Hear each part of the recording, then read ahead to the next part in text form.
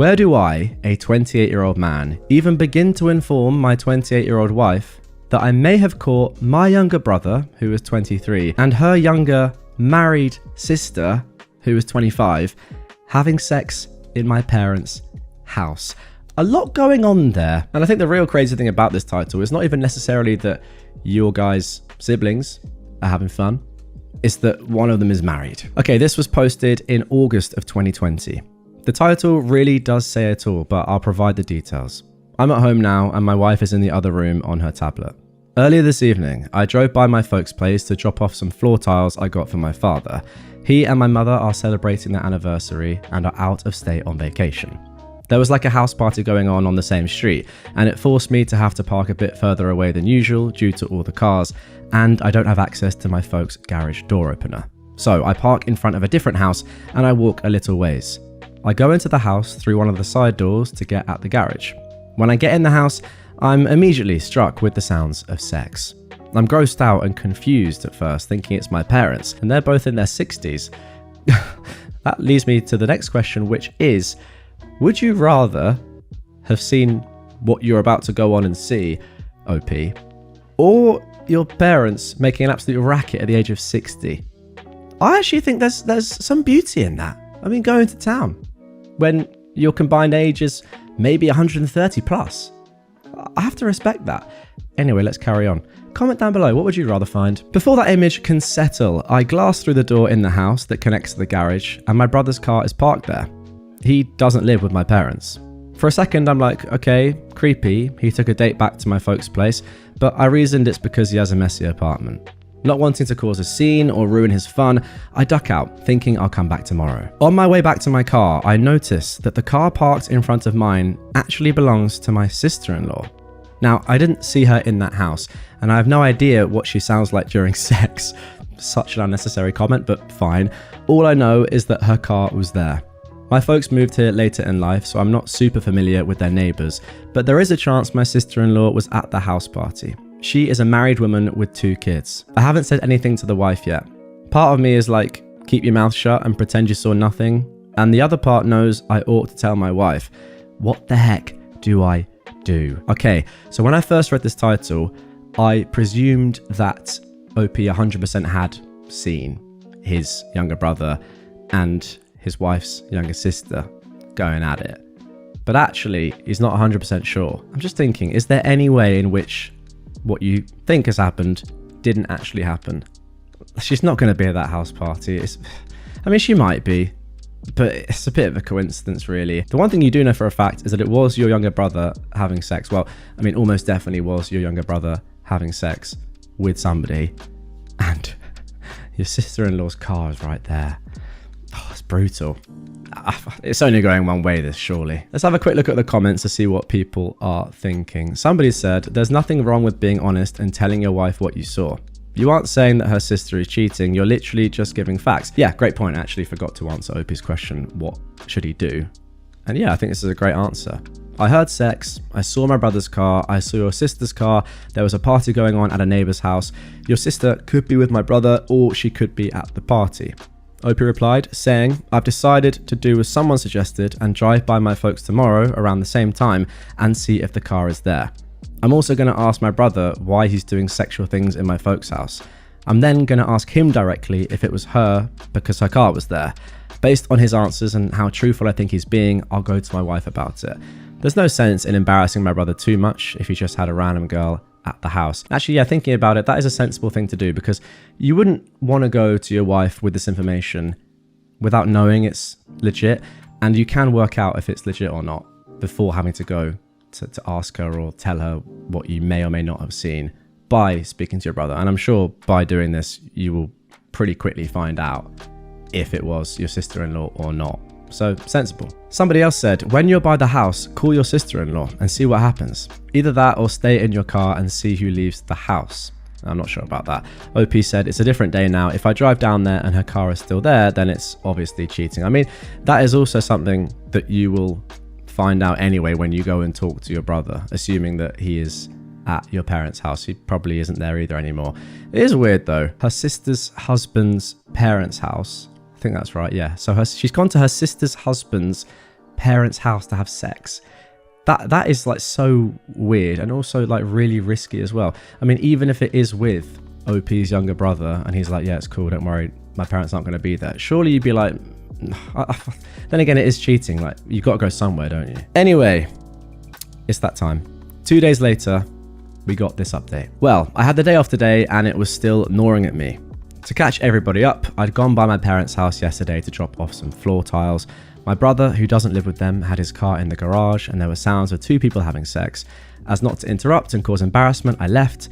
My sister-in-law's car was parked on the street, but there was a house party, so she may have been there. I don't think she was, but here we go. Well, today I went to drop off the tiles and neither car was there. I neglected to mention any of this to my wife and decided to just talk to my brother first to see what was going on. As he wasn't there, I figured I'd go pick up a case of beer and drive over to see him. Make up some story about being in the neighborhood. As I'm on the way to do this, I get a call from my wife, who sounds a little distraught. She informs me that she just got off the phone with her sister and that she's apparently getting divorced. My sister-in-law and her husband actually haven't been living in the same apartment for like a week now. Hearing this, I expected her to tell me that my sister-in-law got caught cheating. But it was actually the opposite. The guy I thought I would be helping, well, it turns out he's been having a 6-month-long affair with their kid's former preschool teacher. My sister-in-law had been despairing for a week, having to tell anyone about this because she's ashamed of it.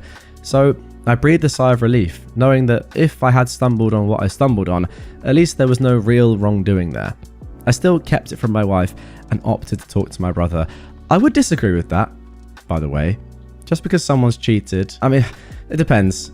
Actually, no, you know what? I don't disagree with that because I presume they've broken up at this point and they're not trying to fix their marriage. So yeah, fair enough. I suppose it's fair. I'm still not sure about choosing this individual, OP's brother, in OP's parents' house, but fair enough, you know. She's just found out she's been being cheated on for 6 months.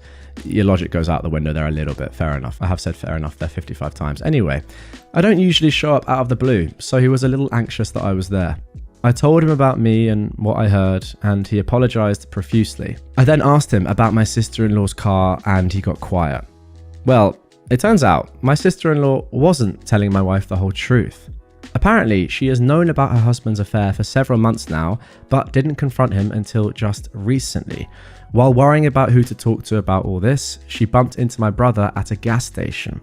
He told me that she basically broke down crying over it, and for the last few months, he's been letting her confide in him, and he's kept quiet about it. They started meeting up and having coffee together after that, and as my brother has depression, he was recommending a few good therapists. There was never any major flirting in their meetups. They actually talked about their kids. My brother has a daughter from a previous relationship, so he talked about her. My sister-in-law's husband, who didn't know his infidelity had been discovered, began to grow suspicious of my brother and sent him a message asking what's going on with his wife. Why are they suddenly liking each other's posts so much and texting? When my sister-in-law learned of the message, she saw red and finally confronted her husband, and he walked out. That was last week. So that takes us to yesterday. They went out for coffee again.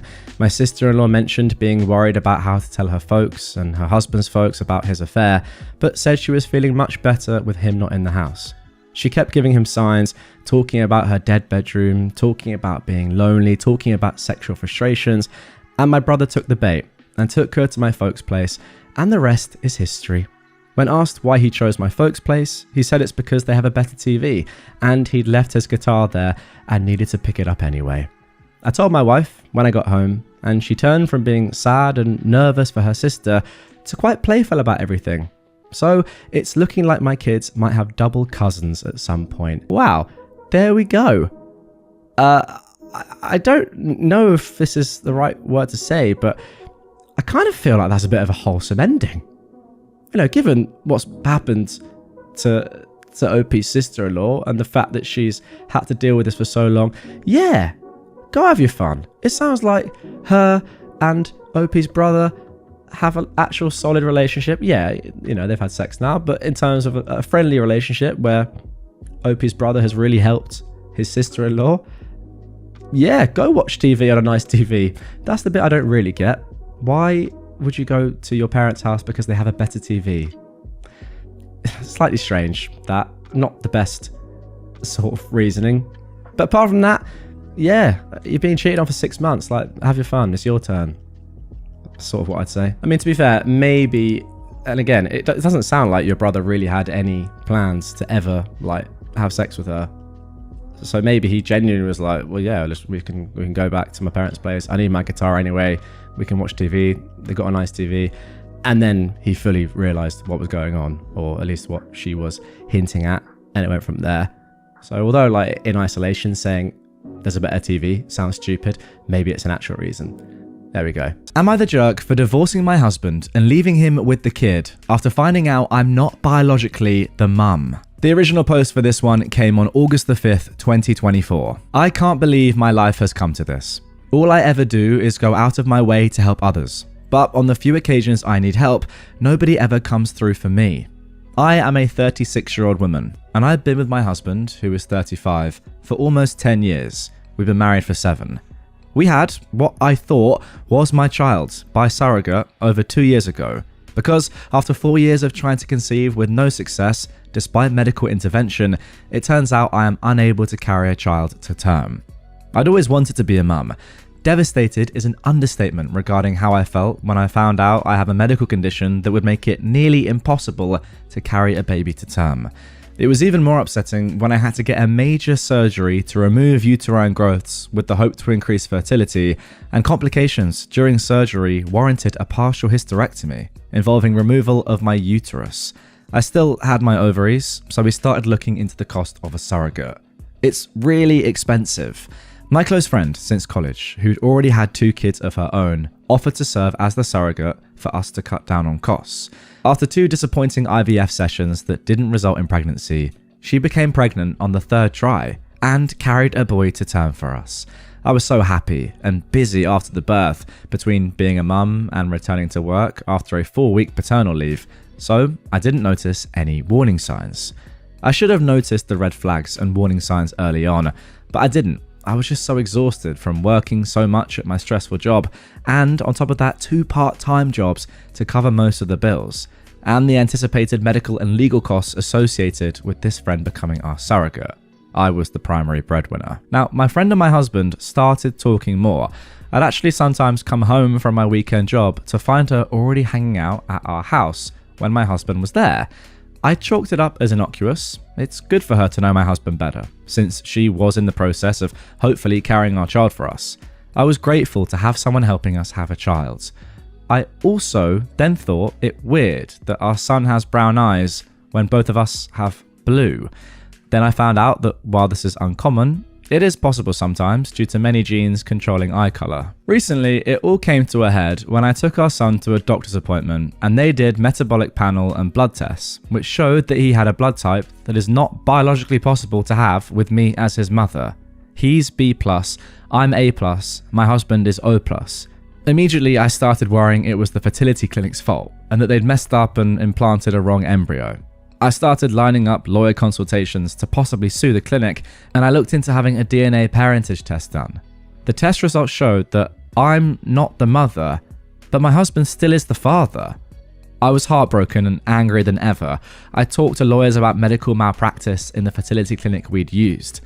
Then my husband confessed that he'd slept with my friend, our surrogate, on a few different occasions during our struggle to have her get pregnant with our embryos. This means what I thought was our son conceived by IVF and carried with a surrogate isn't my son at all, and he was in fact conceived the old-fashioned way, which I can't even do. Livid and absolutely broken at the same time doesn't even begin to describe how I feel. I've been breaking down into crying spells over and over again about this. He claims he didn't ever think pregnancy could result because he pulled out, and he'd always assumed that he was the reason for our earlier struggles to conceive, both before my hysterectomy and during the IVF insemination process with this friend. I felt an immediate triple betrayal from what was supposed to be my husband, my friend, and now knowing my child isn't even really mine. I had such white-hot rage and delirium, I immediately left home and stayed at a hotel for almost a week before asking my parents to let me stay at home for a while. I admit I left our son with him. I'm now filing divorce because he cheated and betrayed me in the worst possible way. I've also cut off my friendship with my friend, the surrogate, and I feel afraid to trust anyone else now. I've seen a divorce lawyer to see about giving up my legal rights to this kid, so I don't have to face such betrayal or owe child support. My husband and friend surrogate admit they were wrong and keep apologising, but also called me immature and heartless to just give up on my son like that. My parents also say I can't just give up on a kid that I went through so many legal and medical hoops to have. When I told them I refused to stay in a cheating marriage and I'd rather adopt someday with a better, more trustworthy partner, they also told me that I was wrong and that maintaining my parental rights isn't much different than if I adopted outright. They said it isn't blood that makes a family. They're all about me divorcing my cheater husband, but they keep telling me I'm making a mistake giving up my parental rights. Some of my other friends agree with what I'm doing. A few admitted they weren't big enough to swallow pride and care for an affair baby, or to see daily reminders of my friend/surrogate's betrayal every time I look at her son. I just want a clean break and a fresh start. I'm also looking at relocating several states away. So, am I the jerk for giving up my parental rights in the divorce because a kid I paid a lot of money to have born by surrogacy isn't biologically mine at all, but is actually the surrogates? Okay, wow, what a story. First of all, let's jump into some comments before I give my thoughts and we get into the update for this one. Somebody said, "No, you are of course not the jerk. You've suffered a terrible betrayal. Only you can say what's best for you." Personally, I wouldn't be able to look at the child without being hit with the betrayal again and again. Your parents and friends don't have to actually deal with that situation, so they don't get a vote. Your soon-to-be ex is a real piece of work. You're immature? I'd want to throw up if I was in the same room with him. Please get some therapy to work through this. Don't let these two jerks hold you back from living your best life. Completely agree with all of that, by the way. The immature comment is just ridiculous. Like, when you know you're in the complete wrong and then you have a go at the person that you've done this to by calling them immature, it's insane. Anyway, OP replied to this saying, he feels like biological maternity shouldn't matter that much when it means that I am finally fulfilling my dream of becoming a mother. He says that if I adopt someday, I'm still going to have to raise a child that isn't biologically mine. How does that make any sense? There's a difference. On the one hand, when you adopt a child, you know it's not yours. But when you have a child through a surrogacy, like, you don't also think it's not yours. It's your genes. It's completely different. I know it's not in your belly, but come on, man. Anyway, let's carry on. OP says, he has reminded me about what a depressive wreck I was during the infertility, the aftermath of my partial hysterectomy, and how I put him through the ringer because I was obsessed with wanting to have a child. He claims that I pushed him away with my baby obsession and he couldn't deal with me anymore, and that's why he started straying the way he did. He also says that I can't just turn my back on a child when I legally signed all the paperwork, which is similar to adoption paperwork, since the state doesn't readily recognize a child born to a surrogate to be the couple's child, since they base it on the person who gave birth to the child as being the legal mother until paperwork is signed that transfers the rights over. He also claimed that I'm going to have a difficult battle ahead of me trying to reverse that. What a nice person your soon-to-be ex is. Jesus. Now, somebody said that OP should ask her husband and the surrogate to actually reimburse her for the cost of IVF. OP replied to this saying, I tried and failed. The doctor and clinic I complained to said the IVF costs were associated with the formation and storage of embryos and the procedures associated with the insemination, not the outcome. OP then also responded to a question about her ovaries or eggs being intact or not. She said, obviously I have eggs if my ovaries are intact, and they extracted eggs to form the embryos prior to inseminating. There's still eggs remaining there. Well, I suppose that is good news. I don't know if OP will be able to go through this process again with another surrogate after this rubbish.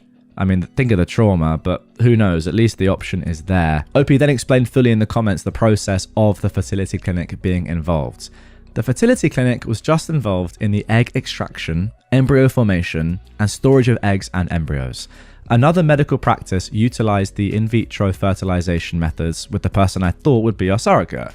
He didn't pick the surrogate for us. It was a personal friend who agreed to do this out of the supposed kindness of her heart, since she already had 2 prior children and knew that she could carry to term easily and didn't mind being pregnant.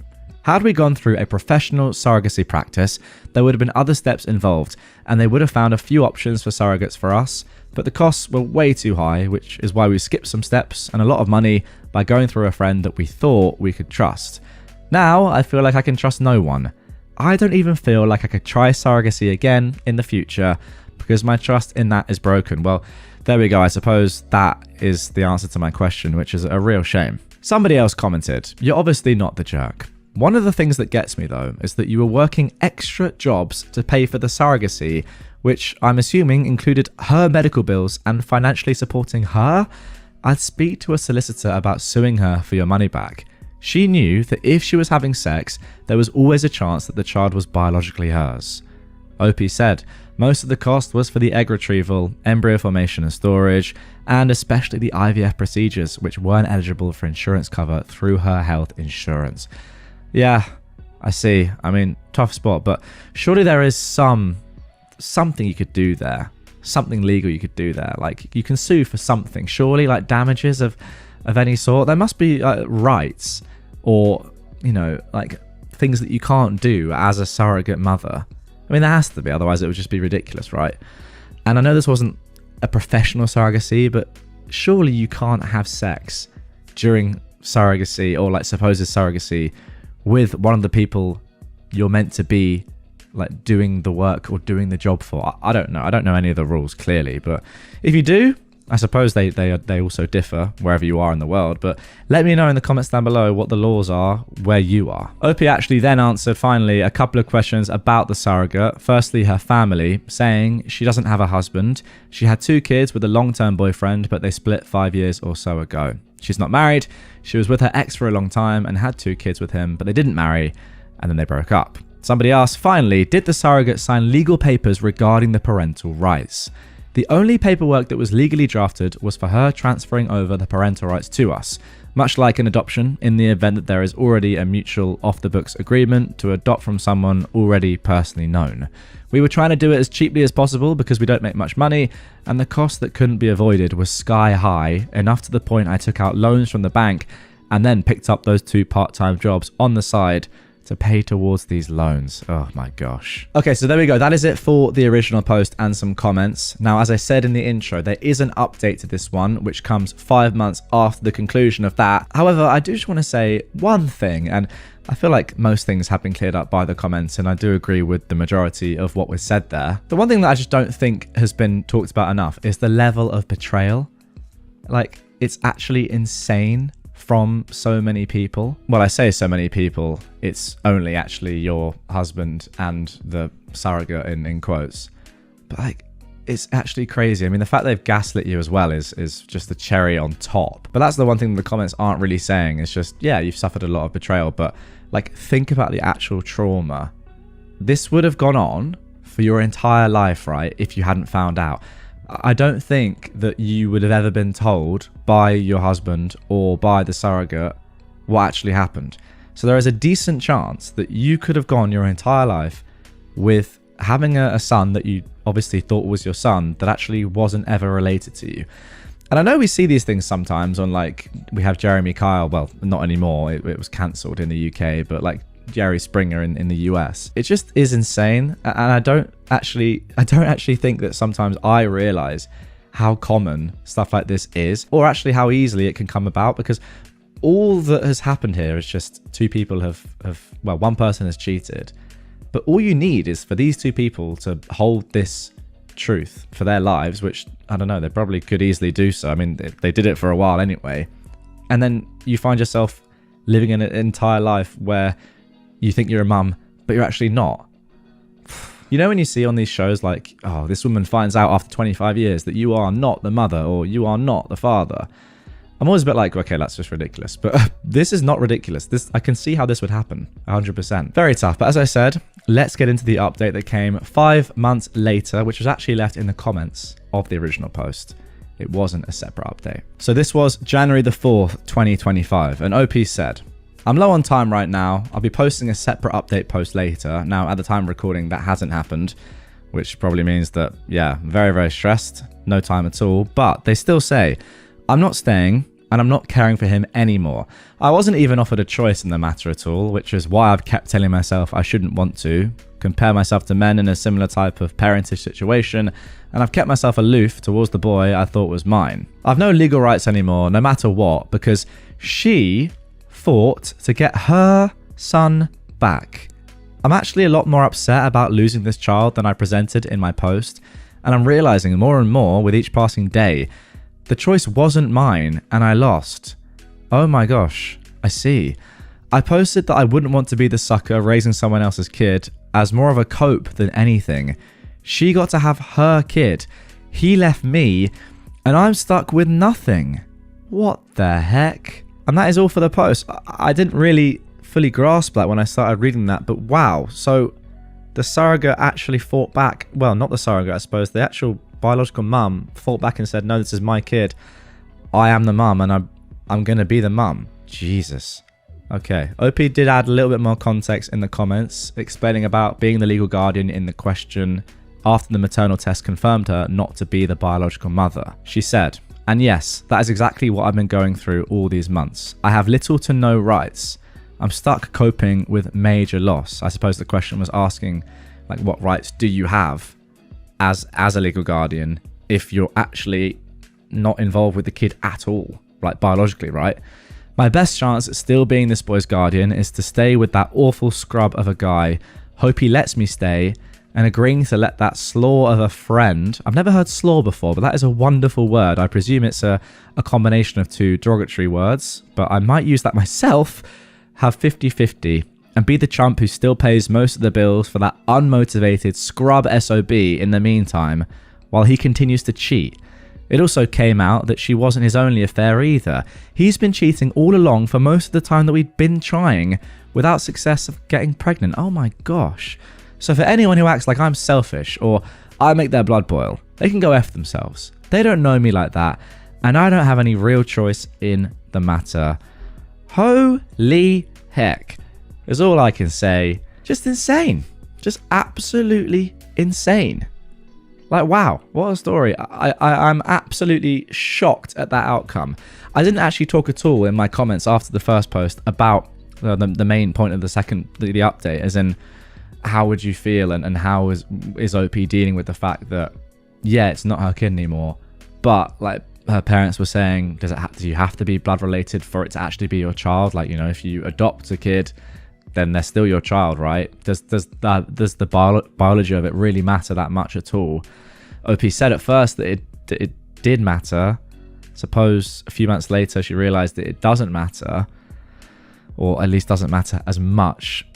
But, you know, after 2 years of raising a kid, to then just have them taken away like that, even though they're not yours, is yeah, clearly more impactful, I suppose, than OP expected. But Jesus, I mean, somehow the surrogate, in quotes once again, and your ex, or soon to be ex, I suppose, I guess he left you said in the update, are even worse than I first thought from reading the original post. Wow, that was a very short update, but one of the most impactful and just like destroying that I've read. I'm actually slightly lost for words. One of my boyfriends, who is 21, best friends, who is 22, family's house burned down in the California wildfire. His family is him, his pregnant wife, and his toddler, and they are now coming to live with us in our small apartment. I did not agree to this, and I, a 21-year-old woman, am feeling extremely anxious and panicked. This was originally posted on November the 11th, 2018. First, I just want to preface this by saying that I am fully willing to support their family through tangible means, like buying them food, supplies, furniture, etc. I just don't think our apartment is a viable option. My boyfriend and I live in a 2-bedroom, 1-bathroom apartment in a very expensive area. Rent is around $3,000 per month. And we're both stressed out college students. This guy has been best friends with my boyfriend since high school, and they regularly keep in touch and drive to see each other. My boyfriend and I live in NorCal, while they live more south. The friend has not been in a good financial situation for the last 2 years. He dropped out of community college after he got a girl pregnant, and they ended up getting married after she gave birth. She's now 7 months pregnant with their second child. My boyfriend and I usually go down to visit them together, and we always pay for meals, and I always try to buy a couple of toys for their 2-year-old. We have been in contact with them since last night. They were able to safely evacuate and bring some essentials, including their car, but their house has burned down. My heart aches for their family, and I really want to help them by transferring money or even calling some of my friends who live in SoCal to see if they are willing to take them in. But during a FaceTime call this morning, my boyfriend immediately, without any hesitation or asking me, offered up our small apartment to them.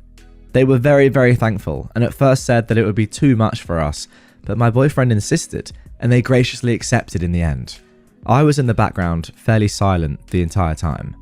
After my boyfriend hung up, I asked him why he just extended the offer without even asking me, and he acted shocked and said that he thought that I would 100% support his decision.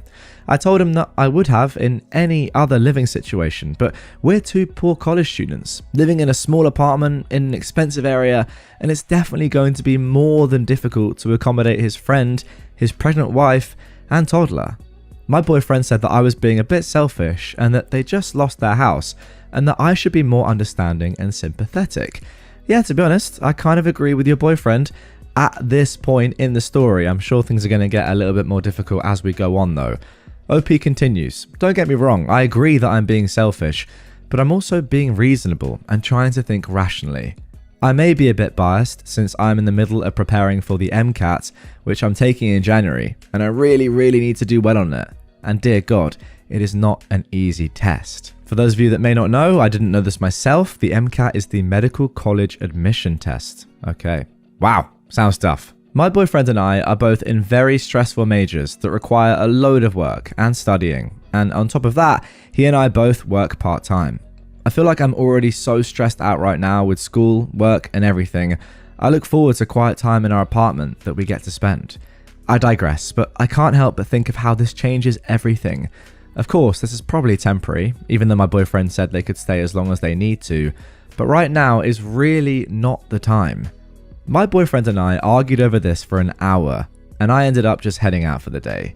My boyfriend is sticking to his plan, and he texted me saying that he's sorry and that he knows it will be hard, but to remember we're doing a good thing and supporting our friends in a time of crisis.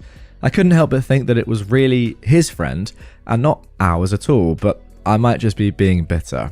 They are planning to drive up tomorrow morning. I'm just so worried, stressed, and my anxiety is through the roof. I came home around 2 hours ago and noticed that my boyfriend has already set up a mattress in our second bedroom, which is our office/work area, and set up the couch. I burst into tears and I almost had a panic attack. I just don't know how to deal with toddlers, and I also don't know how to support and take care of a pregnant woman. My boyfriend comforted me, but I can't help but feel a bit resentful right now. He agreed to this without asking me, and I can't fight back now. I seem like such a horrible person. I'm still crying in our room as I'm typing this, and my boyfriend went out to stock up on groceries. God, I don't know what to do, and I feel so panicky. What can I do at this point, Reddit? I'm at a complete loss. Okay, so there we go. That is it for the original post, and I've got to say, when I first read the title and even like a few paragraphs here, I'm kind of thinking to myself, like, yes, you're going through a lot, OP, and I understand that. And you've got your exams and you're struggling just in life generally. Well, not struggling, but you know, you're under a lot of stress. But I mean, these people have had their house burned down, and there are levels to this. However, the more and more that I read, the more I'm thinking this probably just wasn't a good fit, and surely there's someone else out there that could take these people in that, you know, has more space, has more time, has more resources. I mean, maybe there isn't, but you would think that there is. And if there isn't, then fair enough, and fair play to your boyfriend for doing this. But the way he's gone about it, not asking you at all, that can't be a good thing. Like, his generosity and his selflessness is unbelievable, and I wish I was as selfless as this guy seems to be. Fair play to him, but you could argue it's gone too far, and if it's going to massively impact your guys' lives in a terribly detrimental way, I'm not sure if it's necessarily worth it. And yeah, not consulting your girlfriend is pretty crazy. I mean, don't get me wrong, having anyone move in with you, like if you're in a small apartment, whatever, is going to be tough and you're going to have to make sacrifices, but I say that with the context of the fact that their house has just burned down. But it does seem like in this circumstance, it's not worth it. I don't know. It's close. Let me know in the comments down below what you are thinking right now. Obviously, there is an update to come in this one. I'm just thinking, like, if it's causing you to have panic attacks in your room and just be crying and feel so much resent and, like, yeah, just hatred, I suppose, that's not worth it. Now, one thing that is really interesting that I have to include here, and OP included this in a comment down below in the original post, is this. To be very honest, I'm not the biggest fan of their family. From what I could tell from visiting them with my boyfriend, they do not have their stuff together. While we visited them around 3 months ago, the wife regularly went out and partied while pregnant, and their toddler is extremely badly behaved. While I was there last time, I had to help change the toddler's diaper while the wife was out partying and my boyfriend and his friend were playing video games. Okay, so maybe that's the context we needed a little bit more of, like, on top of all the fact that you don't have the resources to deal with them, you also just don't like them. And yeah, it's hard to sort of welcome someone into your home despite the circumstances when you've seen this, I suppose. But I'm not sure, like, socially and sort of like ethically, morally, where do you guys stand on this one? Should you let someone into your home when they've gone through such hardship and their home is burned down? Or if it's going to have such a negative impact on you, then is it worth it? I don't know, it's a tough one. Let's jump into some comments and see what the people of Reddit are saying. So first of all, somebody said, A, does he know the significance of the MCAT? Your feelings are so valid, OP. I can't even imagine being put in this position. My boyfriend just took the MCAT and he wouldn't see me sometimes for long periods of time because he needed to stay in the zone. B, there should be no obligation on you to help out whatsoever. This needs to be temporary. For the good of your future, your relationship, and your mental health. This kind of decision was not his to make on his own. You both live there. Now, I agree with, like, the majority of that statement, that paragraph. I don't agree with there should be no obligation on you to help out whatsoever.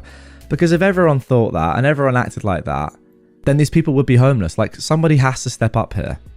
And I know, like, no one's going to want to, and maybe they don't have any family that can help, but somebody is going to have to be selfless and do it. Like, I don't think it's fair to say that there's no obligation on you to help out. I mean, yes, there isn't, but someone has to. C, is this even allowed per your lease? I'm in MA, but my lease has a clause prohibiting visitors for over 1 week, I believe.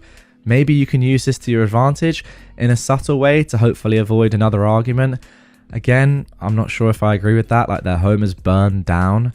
I'm saying this all with looking at, like, the generosity of people in the most recent fires that just obviously were completely devastating. People lost their lives and their livelihoods and were being welcomed in at times by strangers and given stuff by strangers, and yeah, like living with people that maybe they didn't know too well, friends 100%, that were having to sort of like change their lives to welcome in people that had had their lives completely destroyed. Like, you do have to make sacrifices at times like this. And if this happened to one of my good friends, I would like to think that I would make those sacrifices as well. I don't think it's as easy as saying, oh, well, I'm doing an exam and we don't have the space or the money for you. Like, you I don't know, you got to sacrifice these things when someone's house is burned down. D, if they stay longer than a week, you should consider putting yourself first and moving out. The MCAT needs devotion and routine. And if you value med school acceptances more than or equal to your current relationship, go for it. This is important stuff. And E, spend as little time at your place as possible. Find small ways to help out that don't take a lot of time or energy to avoid arguments and help keep the peace. Do those small things and then leave your place for the day. Move some stuff to a friend's place so you have a backup plan if you've had a super stressful day and just need a quiet place to crash. Yeah, that's all pretty good advice, to be fair. It makes sense. It really does. And I'm in two minds. I get it. Like, from a personal point of view, OP is like, what on earth is going on? I cannot deal with this. And I know a lot of you in the comments are probably saying that as well. I just think someone's home has burned down. You're going to have to make sacrifices for them. OP replied to this saying, he knows the significance of the MCAT, yet he still chose to make this rash decision without so much as to even consult me about it. Yeah, I looked up our lease this morning and it says no visitors for over 1 week too. I think that's usually the norm. I would definitely be pulling that card as leverage. Thanks a lot for the advice. I really hope that this will be temporary. Now, the one thing I have to say is that your boyfriend not consulting you is disgraceful. It's the worst part of this entire story so far. I cannot argue with that one bit. Now, this is important, and this is kind of what I've been saying, I suppose, the whole time. Somebody said, do they have any other options? Honestly, my boyfriend would do the same thing, and I love that about him. It really, really sucks that this is during such an important time in school, but if these people have nowhere to live, I don't see how turning them away isn't a little heartless. Of course, you might need to stay at your friend's house to get studying done, but is that such a horrible trade-off for helping a family with no home? That right there, right now, and by the way, there's more context and of course an update to come, is how I personally think. What do you guys think in the comments?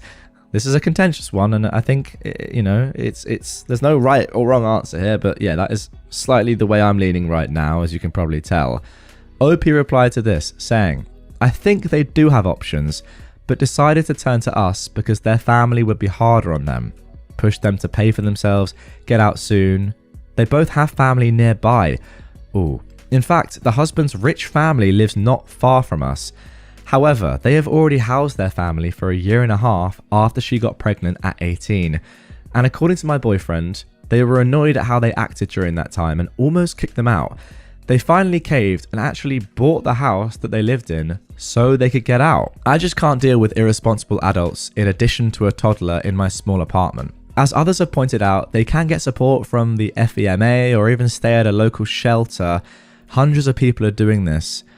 If they need money or food, I'll gladly send it to them, but I can't offer up my space due to many reasons. I'm sorry if you see this as heartless, but I get the feeling that you would feel differently if you were actually put into my situation. That is super valid, and I do completely agree with that. If I was in that spot, it would be different, and it's impossible to say how I'd act or feel if I was actually physically in OP's shoes. So it's tough, but I'm also thinking like, yeah, they can get support. Yeah, they can go and stay at a shelter, but you don't want to do, like, it's so much nicer to stay at a friend's house when you've already gone through so much, right? I don't know. Anyway, let's get into the update. This was posted just the next day. I never thought I'd be updating so fast, but everything was resolved in one of the most hectic and stressful nights of my life. Shout out to all of my supporters out there. You guys made my day yesterday. And to those of you calling me heartless because I don't think offering our living space up is a good idea when I've said that I'm willing to support them in any other way, F you. And by the way, guys, I'm not calling her heartless at all. Like, I completely get it. I was just saying, I think sometimes you got to make sacrifices for other people, and they can be very brutal, but so is your home burning down. Anyway, the pregnant wife, husband, and toddler arrived at our apartment last night around 9:30 p.m. They'd already told us on the way that their toddler contracted some kind of food poisoning and wasn't feeling well, which is what delayed them. Me and my boyfriend go down to greet them, and we realize they have so much luggage. There were 2 large suitcases, a duffel bag, and like 4 Trader Joe's shopping bags filled with random stuff and half-eaten food. Okay, cool. That's going to be fun, lugging up the stairs. I hate that from OP. What are you talking about? Obviously they have stuff. Like, their home's burned down. What are you expecting them to have? Just like only the clothes that they're in? Obviously they're going to have like some form of suitcase that you're going to have to carry upstairs. Like, that tone is, I don't agree with that. Anyway, let's carry on. So my boyfriend and the husband starts to bring their stuff up, while I stay back and half carry the pregnant wife up the stairs because she feels too tired and nauseous. We get upstairs and I ask where Jake, the toddler, is, and the wife realizes she forgot to unbuckle him from the car seat and left him in there. She asked if I could go down and grab him.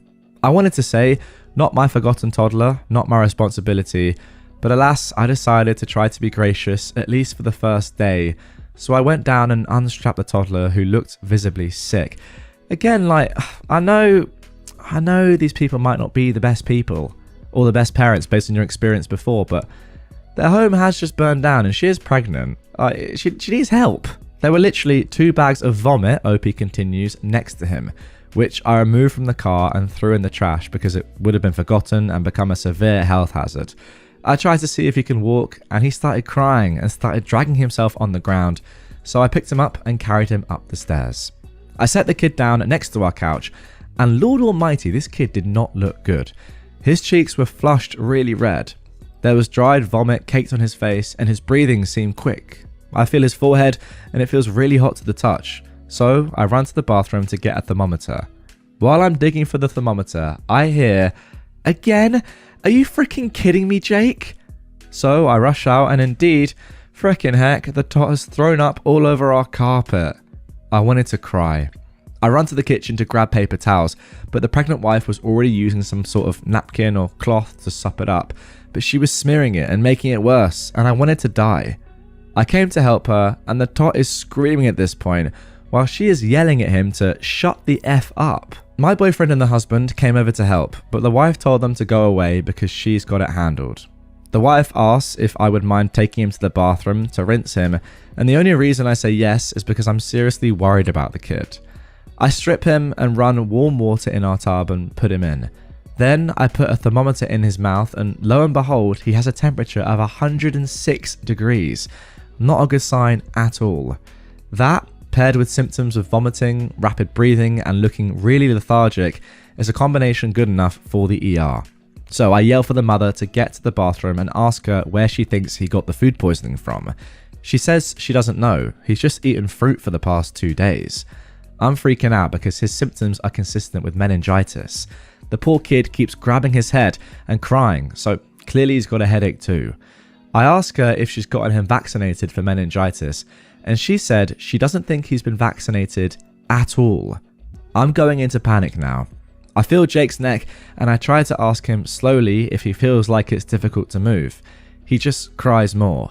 I ask her to call for my boyfriend and husband and explain the situation to them, and the husband confirms the baby has not been vaccinated for the meningococcal back, hope I'm pronouncing that correctly, so it's a no-brainer at this point. I tell them how life-threatening this infection is and that it may leave Jake paralyzed. The wife bursts into tears and gives the okay, so all 4 of us plus Jake get in their car to drive to the ER. My boyfriend is driving and I'm in the back cradling Jake and checking for rashes on his arms and legs with a cell phone flashlight. The wife is still crying.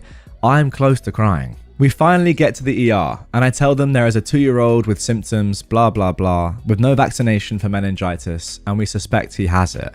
They immediately bring him in and asked me if I was the parent and I said no and pointed to the wife who was trailing behind me in tears. They brought her in with the toddler and told me to stay in the waiting area. At this point, I take my first breath.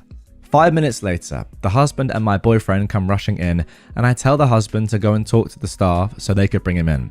He does, and my boyfriend comes to hug me, and F it, I just started bawling my eyes out. He keeps telling me he's sorry and that it's his fault.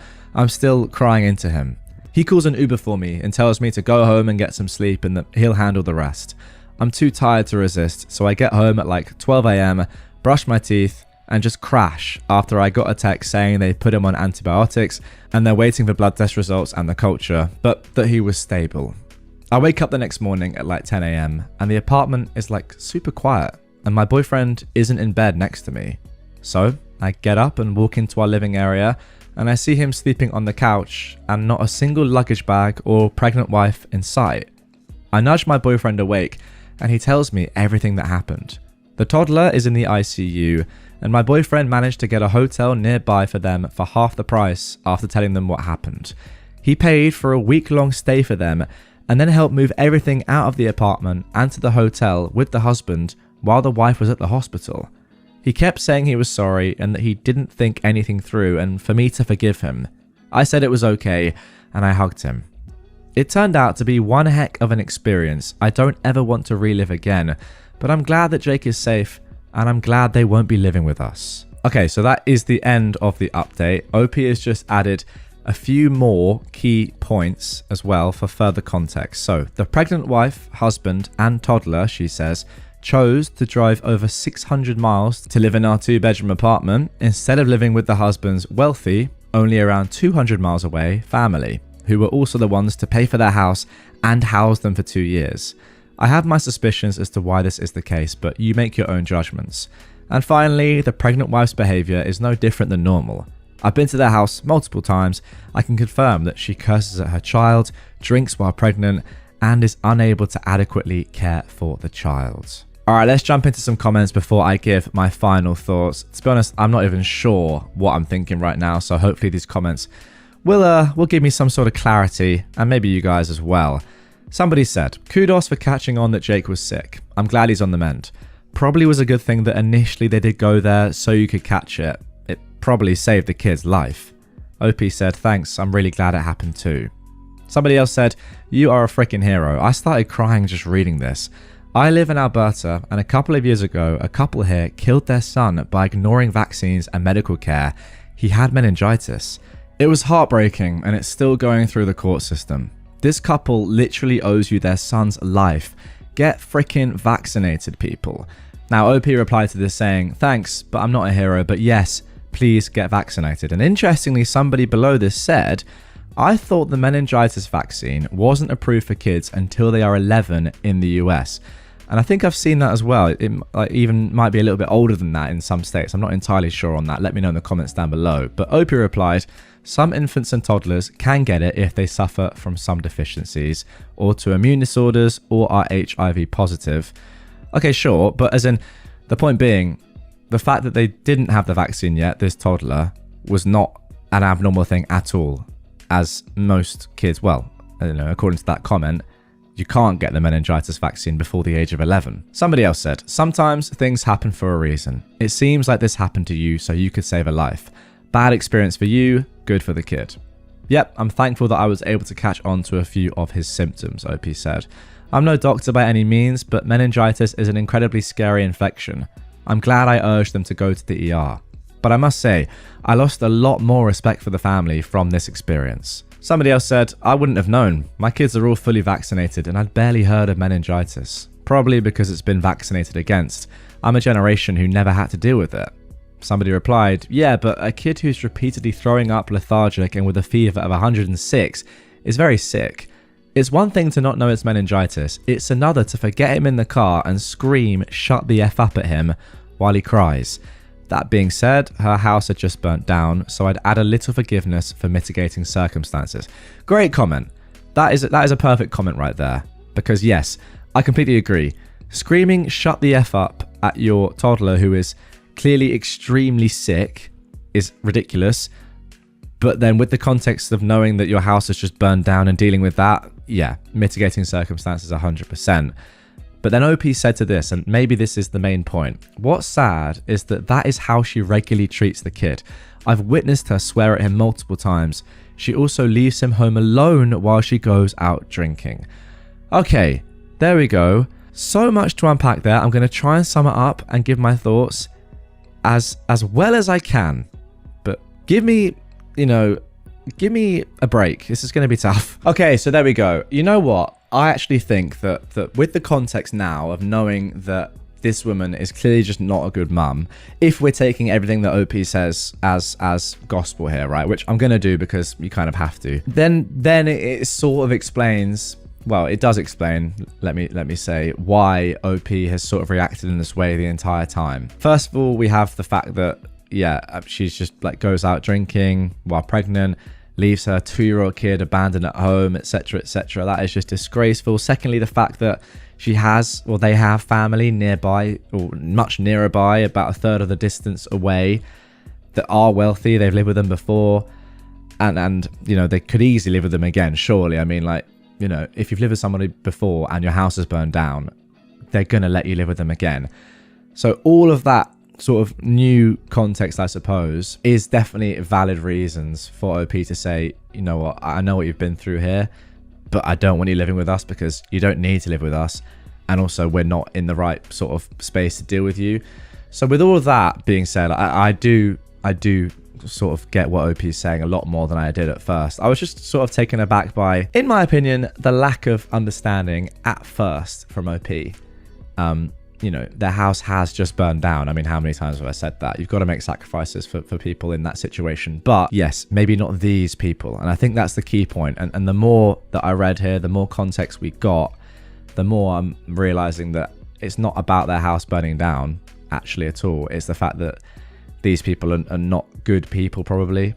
And OP just really doesn't value them at all. Yeah, if it was another set of people whose house had burned down that were good parents and really did have no other options, then OP would be much more inclined to sacrifice. I think that's kind of what I'm understanding here.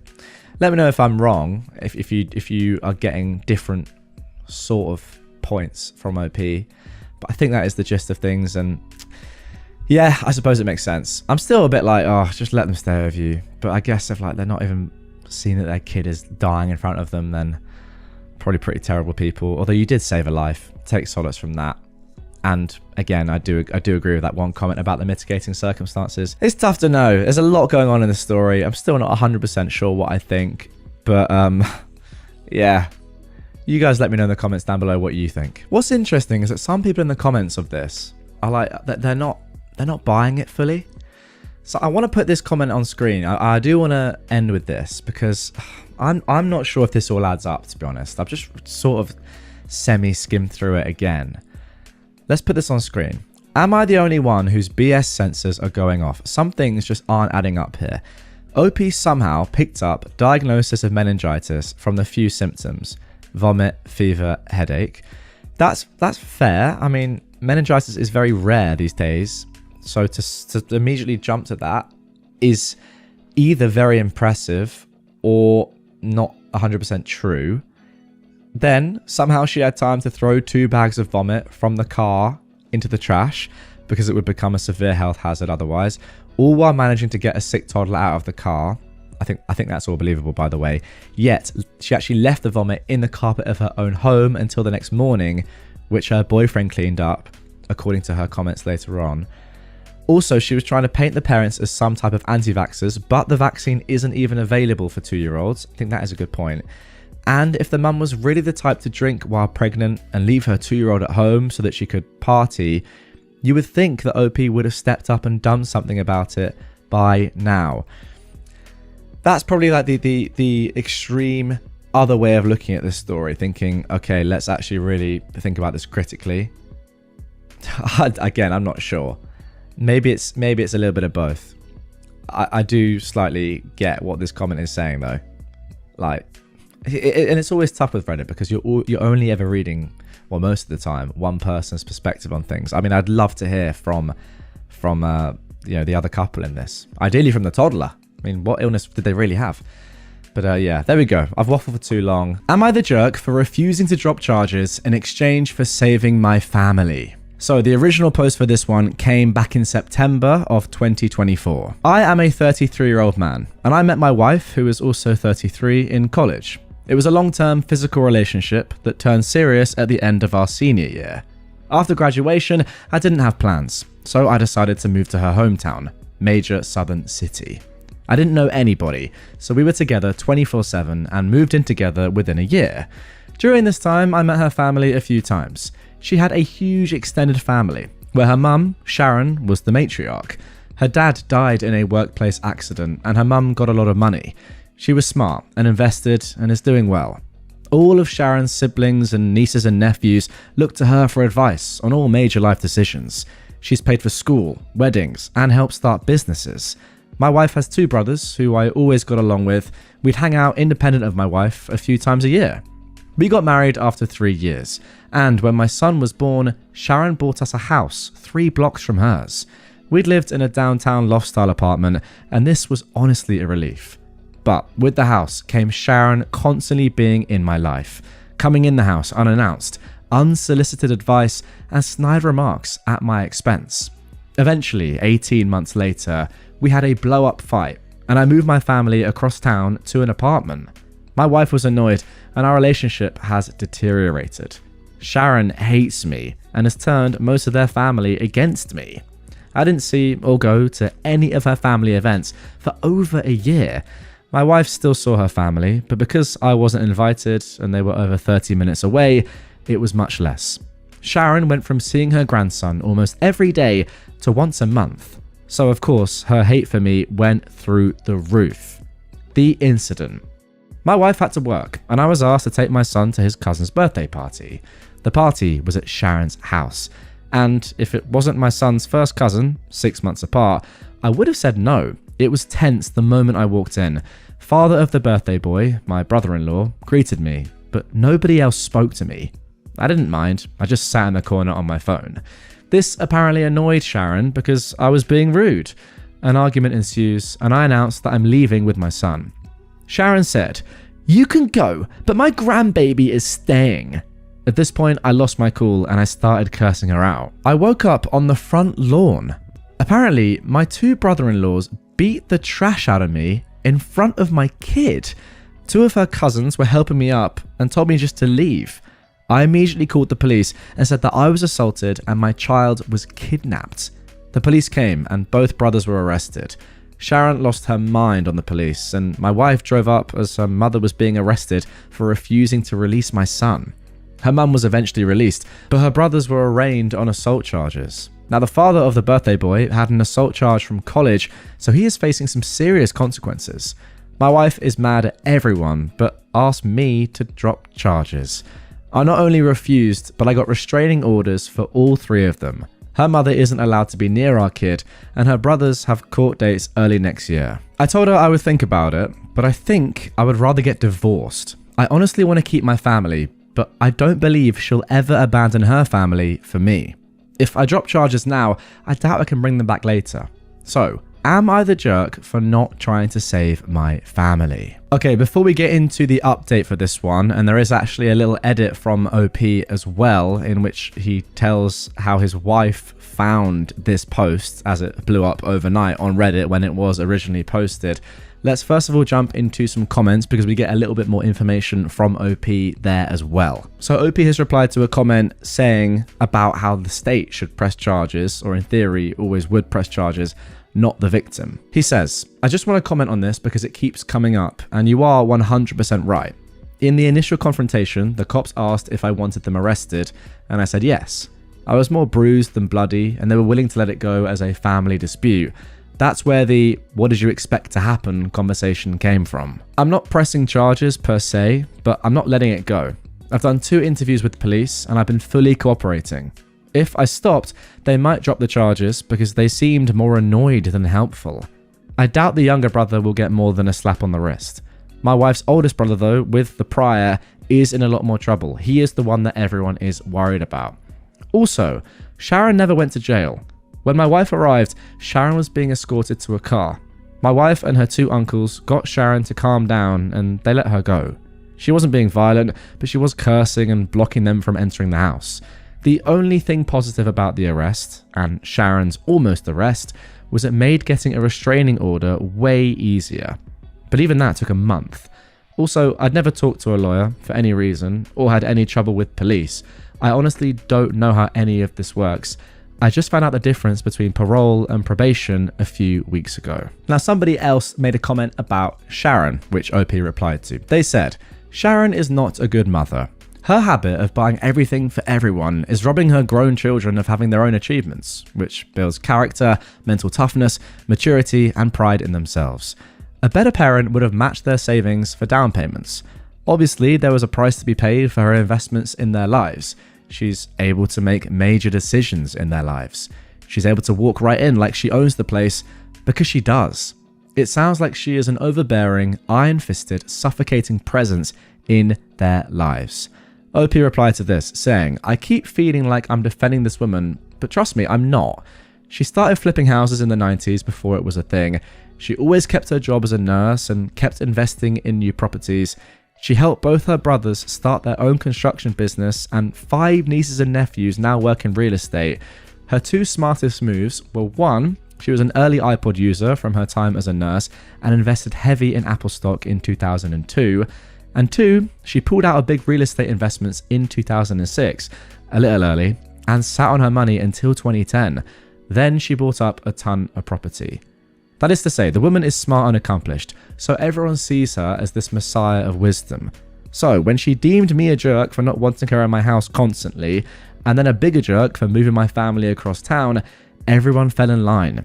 If Sharon thinks he is bad, then he must be bad." Okay, now let's get into the edit that OP left on this. He says, "This blew up overnight. It was actually my wife's cousin who DM'd me because she found it. She was there that day and told me to add some more context because her family is getting destroyed in the comments. She's right, so here are a few more things. 1. I don't think anyone is evil in this situation. Everyone loves Sharon and her advice, except me. She's not a mean person, but we are polar opposites in many ways. My wife is the baby, an only girl, so I'm sure that has a lot to do with our conflict. Sharon losing her mind on the police was uncharacteristic, and even I was surprised. My wife is a great mum and partner, but her inability to be independent of her mum's influence is our issue. She is mad at her brothers and isn't talking to either. She's also mad at her mum for starting the argument and refusing to release our son. She's just trying to find a middle ground. I genuinely think she hopes a fresh start can save our marriage.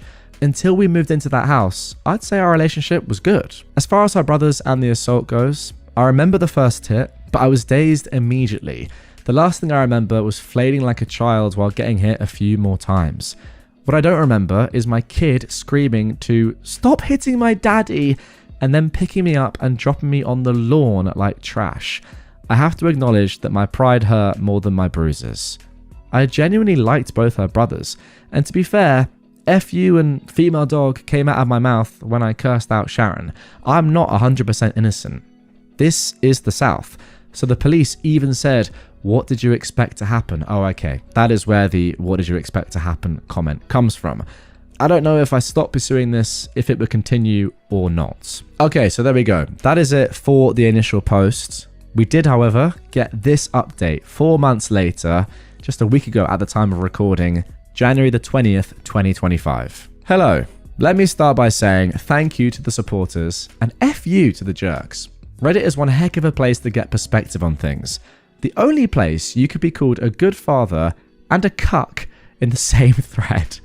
I don't think I've ever related or just completely supported a point more than that. That is brilliant. I've been wanting to write an update and answer questions for a while, but after my original post, many Reddit lawyers reached out and told me to stop talking immediately. Since things were very uncertain and my divorce wasn't settled, I decided to not respond or update anything until things calmed down.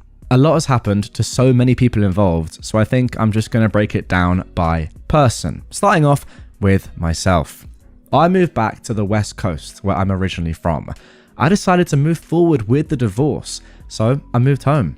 Furthermore, I had nothing left for me in that city, as I only had a few friends, my son, and a lot of bad memories. My ex and son cried a lot the day I left, and that hurt my soul, but it was best for all parties involved. So, I moved back home to be around my family and my support system. I got a good paying job, and I'll be subletting a 2-bedroom apartment starting next month. My son spent the holidays with me, staying with my parents, and I plan to see him on Easter. Going forward, laid out in our custody agreement, my son will stay with his mother until he is 12. I'll get him Easter and summers, and we'll switch Christmas and Thanksgiving every year. When he's 12 and needs a father figure, he'll come and live with me until he's 18. What? When he's 12 and needs a father figure, he'll come and live with me until he is 18. I'm not like OP, I've been on your side the entire time here. I don't get this at all, but I'll give you the benefit of the doubt and I'll give my thoughts at the end. Anyway, I talk to my son every day on the phone for at least an hour, and I'll try to fly out there a few times a year. I can't shake the feeling that a piece of me is missing, and I wish it was just my son, but I miss my wife too. Now on to my ex-wife. So the divorce is basically settled, and I obviously didn't move away with her. In the end, she saw my post and saw the comments and realised that she shouldn't have asked me to stop pursuing the case. She asked again, saying, "We could move and just get away from my family." Too much had happened though, and our relationship was a shell of what it was. We both said and did things we forgave but can't forget. I wish this was a movie and I could just say love conquers all or screw her, she's evil, but that isn't real life. I'm torn between both loving this person and knowing we aren't right for each other. While she didn't want to move forward with the divorce, she didn't fight me on it either. We were able to settle everything without lawyers and only use them for paperwork and fine details. We talk daily because of our son, and she says she is doing well, but last time I FaceTimed her, I can tell she isn't eating. My sister said it's post-breakup hotness, whatever that means, but she looks more sick than hot. She hasn't spoken to her brothers since that day and blames them a lot for what happened. She and Sharon's relationship is also very strained and they barely talk as well. Ironically, she is hardly speaking to the family that she was so desperately trying to keep together. I honestly wish she would talk to her family again, because I do worry about her a lot. People were very mean to my ex-wife, saying she was a terrible mother and wife. I think she lives for and would die for her family, and all her actions were to keep us together. She told me her two biggest regrets were moving into Sharon's house and moving out of our apartment. Those two actions caused most of our problems. She's a great mother to my child, and I will always have her back. Now, for the brothers, I didn't expect much as far as punishment in this case. They both pled out to a simple assault, which only had minimal consequences. Both of them spent a night in jail, got fines, and anger management. The older brother had a prior incident that I mentioned earlier. That was a bar fight in his early 20s. He hit a guy with a bottle and got an assault charge. But since that case was over 15 years ago, and he's married, a pillar of the community, etc., he was given probation for a year, and that was that. Both brothers have partners in life, and the oldest one is married. I've known his wife for many years, and we've always been friendly. Because of the restraining order, both spouses reached out on behalf of the brothers to speak to me. I barely knew the younger brother's girlfriend, but since I knew the wife, I spoke to her. She said both brothers regretted their decision, and she asked me to lift the restraining order and not pursue charges. We had a brief conversation, but I simply told her I don't forgive her husband and brother-in-law, and I'm moving forward with both. As we ended the conversation, I told her to not call me again, and I haven't heard from either brother since. I don't know anything beyond what the ex tells me, and she's not speaking to them. So, Sharon. I did have it out with Sharon, and it went about as well as you can imagine. Here is a little backstory to our relationship. Let's start by saying that my ex and her family are devout Christians who go to church weekly. I'm a lapsed Catholic who goes to church 3 times a year. I live a very moral and ethical life, but my belief system isn't centered on the church. Furthermore, I consider myself a moderate liberal, and their family is moderate conservatives, i.e., I'm down the Second Amendment and Sharon supported gay marriage. Ideologically, we were far apart, but we agreed on the important things in life. The real problems began when my son was going to be baptized. My mum wanted to get our son baptized Catholic, and Sharon wanted him baptized Protestant. Lots of snide remarks about Catholics were said, but I let it go at the time. The ex and I decided to wait and let our son decide, which Sharon hated. When my ex started going back to church and I wasn't in attendance, that further widened the divide. Her family would go by Sharon or someone else's house after church for lunch and dinner, and I either showed up later or not at all. Every time Sharon didn't agree with the decision we made as a couple in regard to our lives, especially my son's life, she would start leaning on my wife and pressuring her behind the scenes. We would literally make a decision and she would go to her mum's house and then come back with a different opinion. The most frustrating part is she stopped trying to talk to me at all. She would literally just call my wife and get her to change her decision. The big fight that led us to moving out was that my son wanted to play soccer and not football. But good lad, by the way, a massively superior sport. Well done, that man. Let's carry on. But my wife's family is a huge football family. We agreed for him not to play football because he didn't want to play and are concerned about CTE. My wife comes home one day and does a 180, saying that she signed him up for football. We start arguing and Sharon comes in the house unannounced and joins in the conversation, saying, "We decided it would be good for him." I got annoyed. I told them, Sharon is not my son's parent, and my ex shouldn't be so weak when her mum is pressuring her to do something that we decided not to do. Then she said the words that sealed the deal. "My opinion should matter. I bought the house."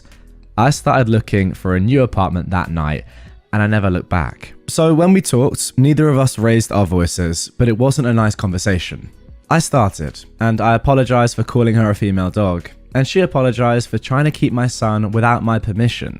She flat out told me she wished my daughter never met me and that I've ruined her family, that her sons have criminal records now, one already did, and that's all my fault. She then started crying about not seeing my son and how she lost her only daughter. I told her she was manipulative and used her money to control the family, that she only didn't like me because she couldn't control my decisions like her weak-willed family. I also told her she consistently overstepped her bounds in regards to my child and my marriage, and she put her own selfish interest ahead of her daughter's happiness. After spending an hour calling each other jerks in different ways, we ended things in the same place. In the end, I told my ex that her mum could sue my son because Sharon loves him unconditionally and he loves her. Call me stupid, but I think family is a big part of your upbringing. My mum isn't around him enough, and every child needs a good grandma.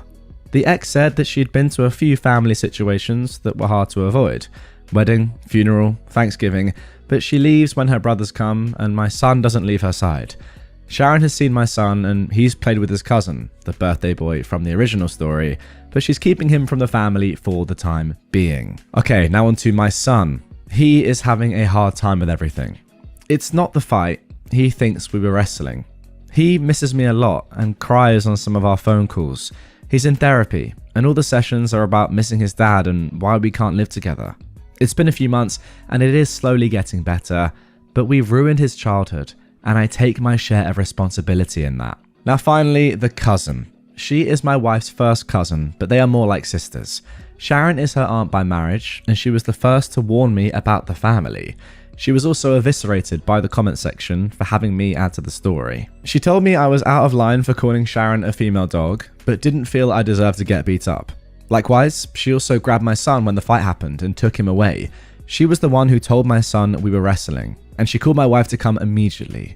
When Sharon was being handcuffed, the cousin came outside holding my son. I told her to give him to me, but she pointed at my swollen face and asked if she could hold him. I trusted her enough in that situation to care for him, so I respected her enough to add those details. She didn't deserve the trashy comments either. I presume, I didn't actually see any of that myself, guys, but I presume that, people were getting a little bit annoyed on Reddit for, the cousins saying to OP, no, you need to add these details. It's making the family look terrible. But yeah, I suppose with this additional information and context, we can see that the OP does trust his cousin in this regard and during the story. So then, the conclusion. In the end, everyone in their family read the original post. But because of divorce and assault cases, no one directly contacted me other than my ex. It wasn't a hit, to say the least, but I only care that it hurt my ex's feelings. I think seeing everything written out from my perspective opened her eyes. Obviously, some things were left out and broad strokes were made to explain complex situations. In the end, she said I didn't lie, but she thinks I painted her family in a horrible light. We thought about writing a joint update, but we're not talky enough to make that happen. I told my ex about this post and I asked if she wanted to read it before I posted it, and she told me to just write whatever I want. Nobody won here, we all lost. Okay, so that is it for the post and the update. However, I've picked out a couple of comments that I think are very important and I want to speak about myself. But first of all, somebody has asked, and I think, as you can tell when I was reading that, this was sort of the main thing that I had to interject and actually speak about and question. Somebody said, I understand everything else, but did you really have to abandon your kid? OP replied, I knew I would get destroyed for this, but abandon is a strong word. I didn't abandon my son. I left for better opportunities in life for both of us, both mentally and financially. My chosen profession has more opportunities here. I was only there for my wife and child. My career picked up during the pandemic because I could work remotely, but in-office work is becoming mandatory again. I was already going to have to quit or move companies, so the timing was right. Also, my mental health is 10 times better now that I've left the city. For months, I gave my child fake smiles while trying to be a good father. I was a shell of the man I wanted to be. I'm still broken by what's happened, but I'm in a better place mentally. And in the long term, I'll be better financially. And I mean, you can probably guess what I'm going to say here, guys. This seems unbelievably selfish, and I will get to my thoughts in full. But someone replied to this saying pretty much the same thing. Quote, you left for better opportunities in life for both of us. For you though, yes, but actually for him, not really. OP then finally replied to this saying, yeah, your assessment of my situation is understandable, but me working for less money and being constantly unhappy isn't good for my son. If I could have stayed in state, trust me, I would have, but the economy is effed. I used all my savings to continue paying bills and I live with my parents for free to start over. Maybe I could have found happiness there, but I didn't see it happening. We are co-parenting the best we can. Okay, so there we go. That is the end of the story. I have so much I want to talk about. But yes, the first thing I do want to focus on, and that is the reason I read those comments at the end, is that I can't help but feel that OP is just being very selfish here. The fact that he said that his own son doesn't need a father figure until 12 is so ridiculous. I actually thought he was joking for a second. But a kid not needing a father figure until they're 12, and then what? When they become 12, they then do need a father figure? Why 12, first of all? And secondly, are you dumb? Secondly, I'm not sure I agree with like the I need to do this for me. Yeah, if I'd stayed, I would have been with my kid, but it would have been worse for him. And yeah, maybe worse financially, sure. But I don't think it would have been worse for him mentally, you staying around and him not crying and wondering where his dad is and going through therapy because his dad isn't there. It also, and I think this is probably the main thing, it sounds as if, according to your ex, like she was fine with that as well. It wasn't as if she was the one that was like, no, I don't want you to be in his life at all. You can only see him, what, like 3 times a year, which is ridiculous. It sounded as if she was like, you know, pretty chill with you still being in her life and his life. And maybe, I don't know, but maybe she didn't even want the divorce in the first place after realizing just what had gone on and potentially the way that her mum had manipulated her for all those years. Who knows about that? But yeah, it wasn't as if you were shoved out of your son's life. You just chose not to be in it anymore, which I think is very selfish. Like, isn't that sort of the point of being a parent? You sacrifice yourself a lot of the time for the future or even just the current like well-being of your children.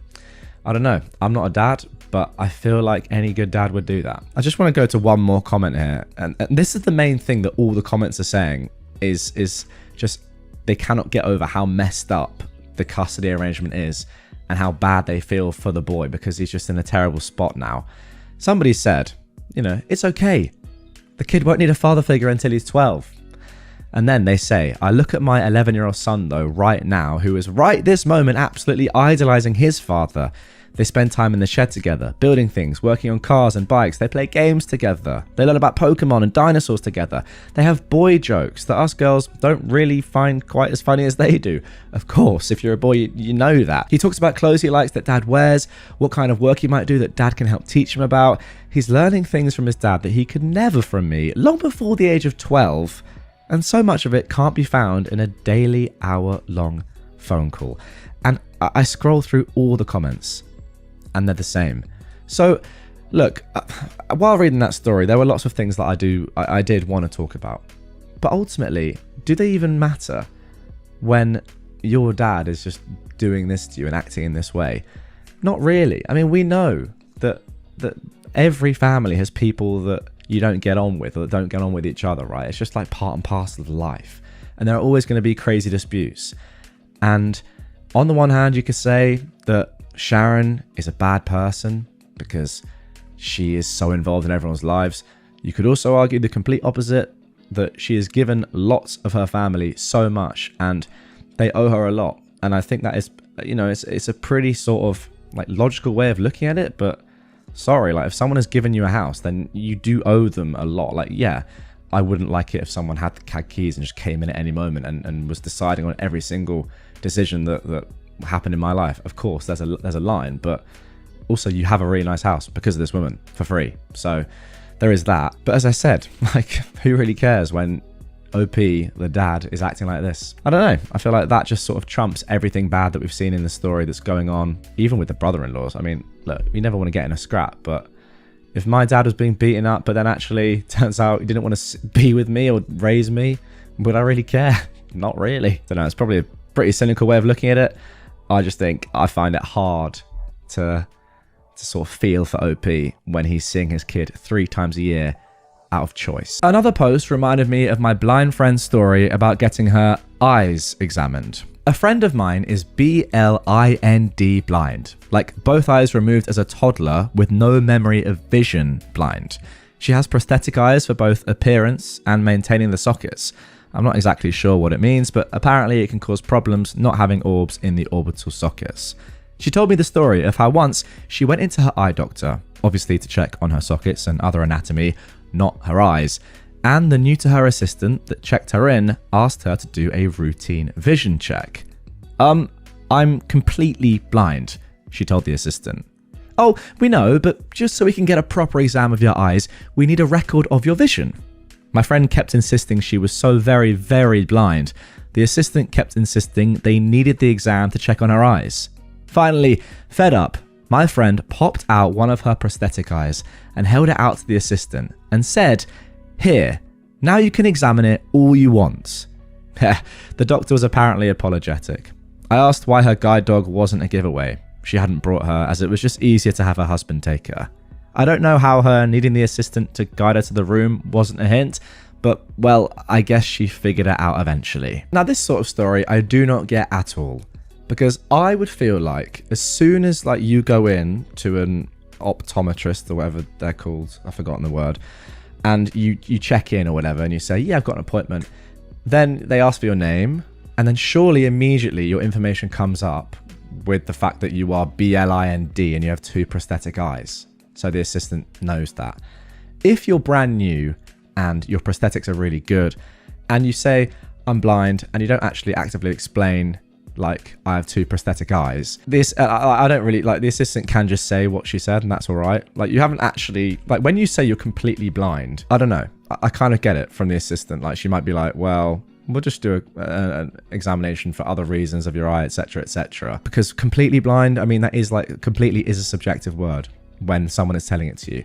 However, if you just said to them, I have 2 prosthetic eyes, then she would have been like, okay, well, obviously you can't see. However, I feel like it should have just been on your records anyway. The eye test itself would have been very funny, and I kind of feel like you should have just gone through with it and just taken the mick.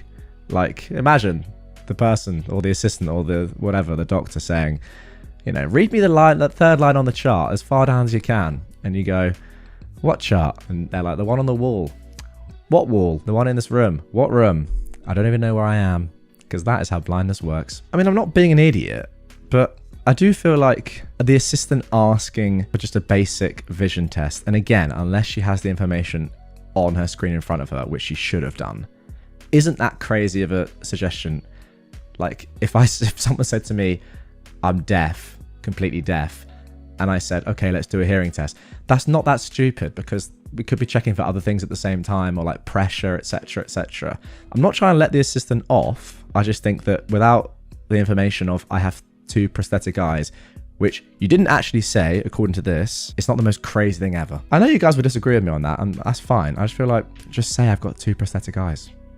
There you go. Now for our final story of this one. Unsolicited family planning advice didn't get him an answer he liked. A couple of months ago, I went out to visit my parents and some family for the holidays. I took an evening to go and visit my aunt and her husband during our trip. Now, I love my aunt's husband. He's a fantastic and loving dad and grandfather, and has always been one of my favourite people. He's pretty solid in his religious faith, but it translates into love, and he supports their family in a way that I've always been envious of. Both my kids are unplanned, having been told before the first that I couldn't have kids, and then my youngest is here despite 3 birth control methods failing, including a condom, planned B, and a month of the patch. We had another pregnancy less than a year after my youngest was born from failed birth control that I terminated, and my partner went for a vasectomy a month after that. My partner and I currently pay more in daycare than our mortgage, and our oldest also has an autoimmune condition. We have no familial support system. We're just barely making it financially and mentally, so we have decided that our youngest is definitely our last. During this visit, my aunt took my oldest to go work on her Lego advent calendar, while I chatted with her husband, Paul, in the living room, and my toddler played with the dogs. We discussed how cute my little one was, and Paul asked if we were having any more. Now, all my family knows how my last pregnancy ended. I'm not ashamed of it, so he actually already knew this before asking. I told him, no, my 2 were more than enough, and my partner is sterile now. We don't have the support or funds to care for another without making the 2 we have suffer. He said, you never know, the next one could be an angel. And I shot back before I could catch myself. Technically, the next one is an angel. Oh, wow. What a line, by the way. That might be one of the best single lines of rebuttal I've ever heard. That just sums up this subreddit so well. Wow. That is just 7 words that are just plucked from heaven, for want of a better phrase, but just pure perfection from OP. Sorry, that is just phenomenal. Anyway, we both had a cringe face for a moment, and then he quickly moved on to a new topic of conversation. I know he meant well because he loves his family and grandbabies. His family is everything to him. But it's like it didn't click that most people don't have a supportive family, and having kids these days is expensive and exhausting, even with support. Okay, and there we go. What a way to end this one. As I said, one of the most generational lines I've ever read, and I don't use the word generational lightly.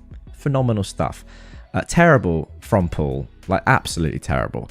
The fact that he knew about you terminating your last pregnancy and still said that is disgusting. But also, I've got to say well done to you, because that is such a sensible decision you've made. Like, so many people, I feel like, do not give the required thought to having a child. And even when they've had a couple of children, they think, okay, I'll go again. And you make such a good point about it affecting your children's lives if you have a third one, because you're not going to make any more money per se. So then 2 into 3, or the money you have for 2 kids is now being split into 3. That's a big difference.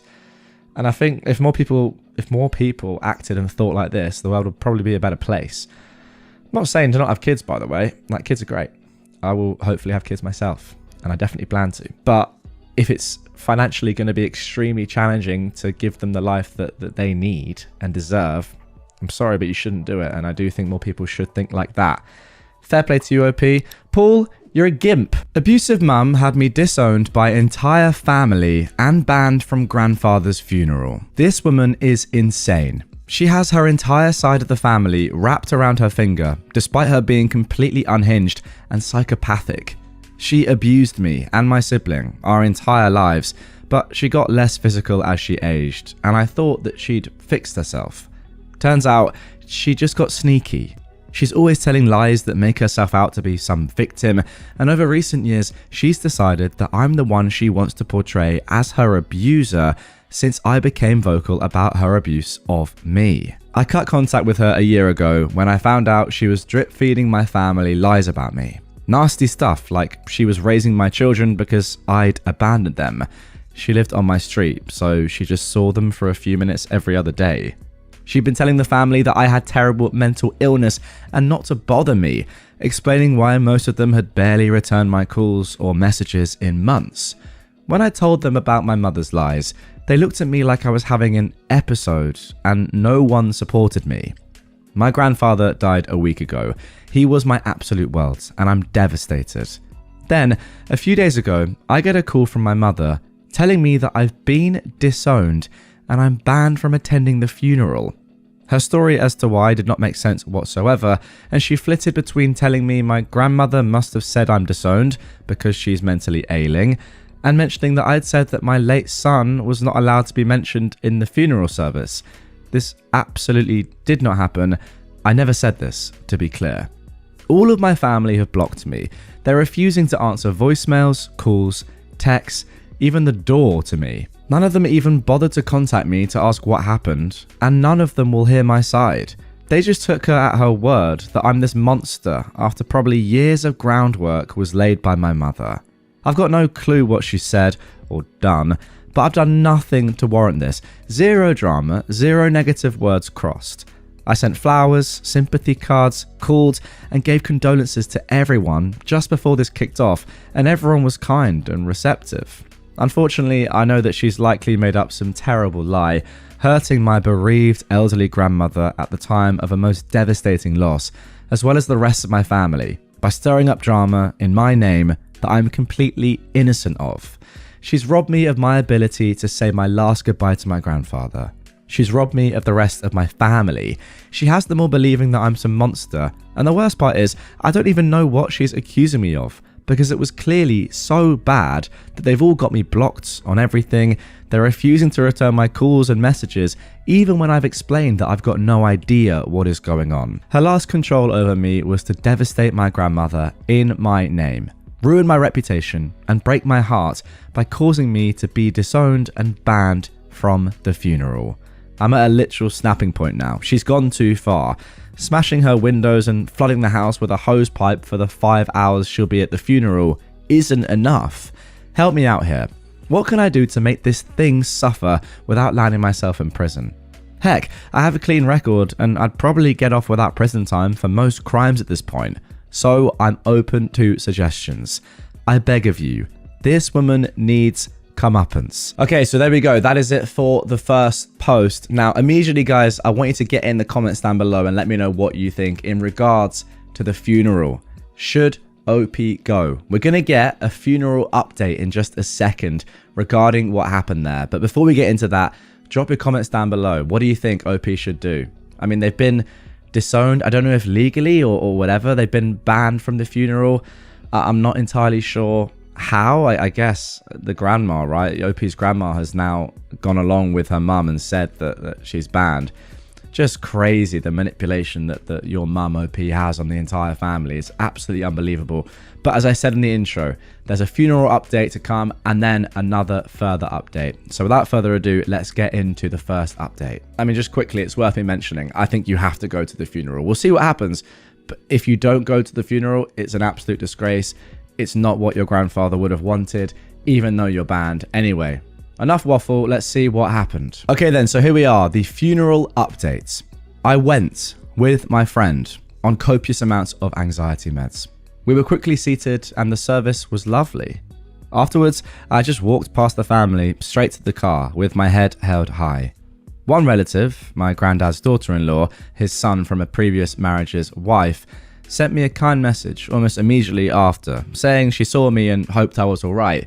She said she'd have spoken to me to check in on me if she'd see me afterwards, but obviously I didn't hang around.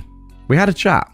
It's nice to know there's one person, even if it's a distant relative, that isn't a flying monkey. I'm so proud that I fought through my anxiety and went. My alarm this morning said, "Do it for Granddad." Oh my gosh.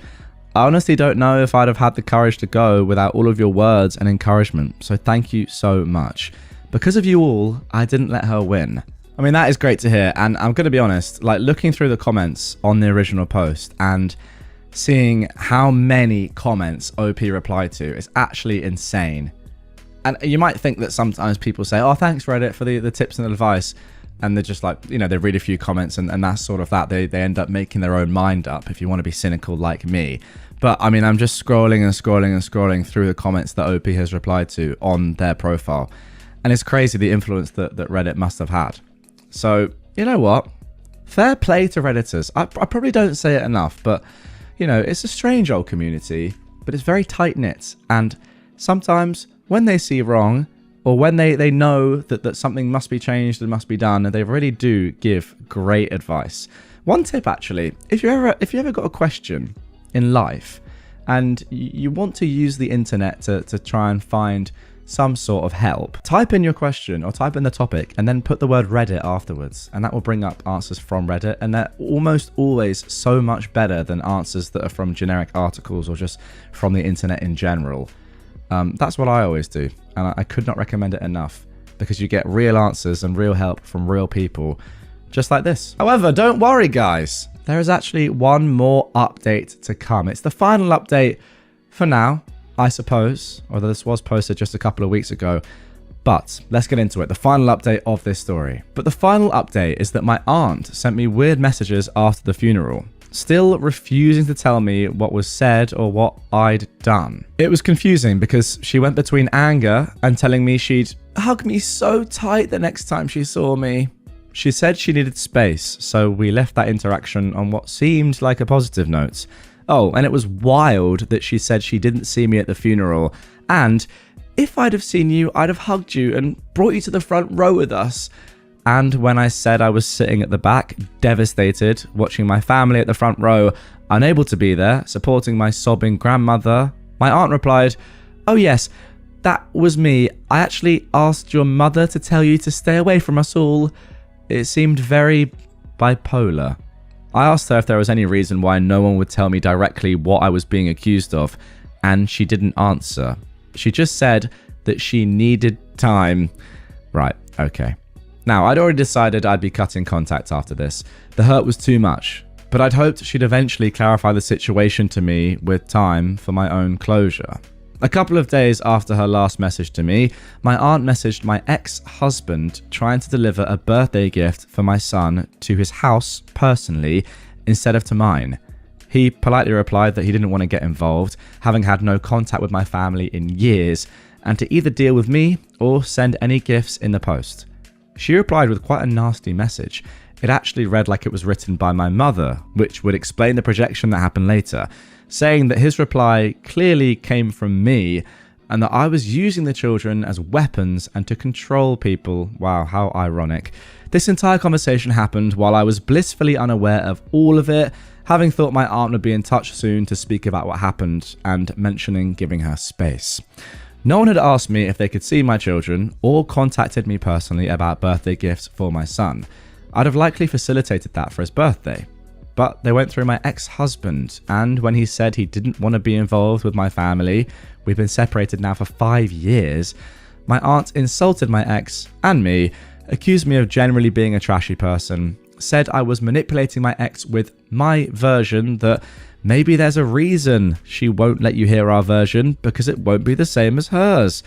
Tell him your version, please. Then I'd actually get to hear what I've done.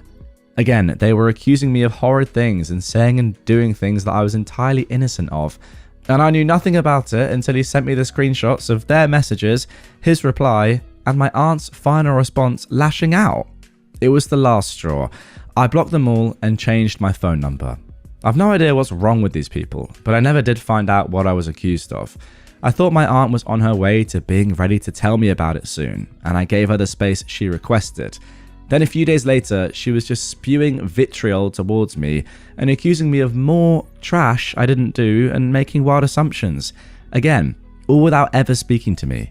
I managed to become the bad guy all over again, and they likely will always believe their version. It's okay, I know mine. It just sucks.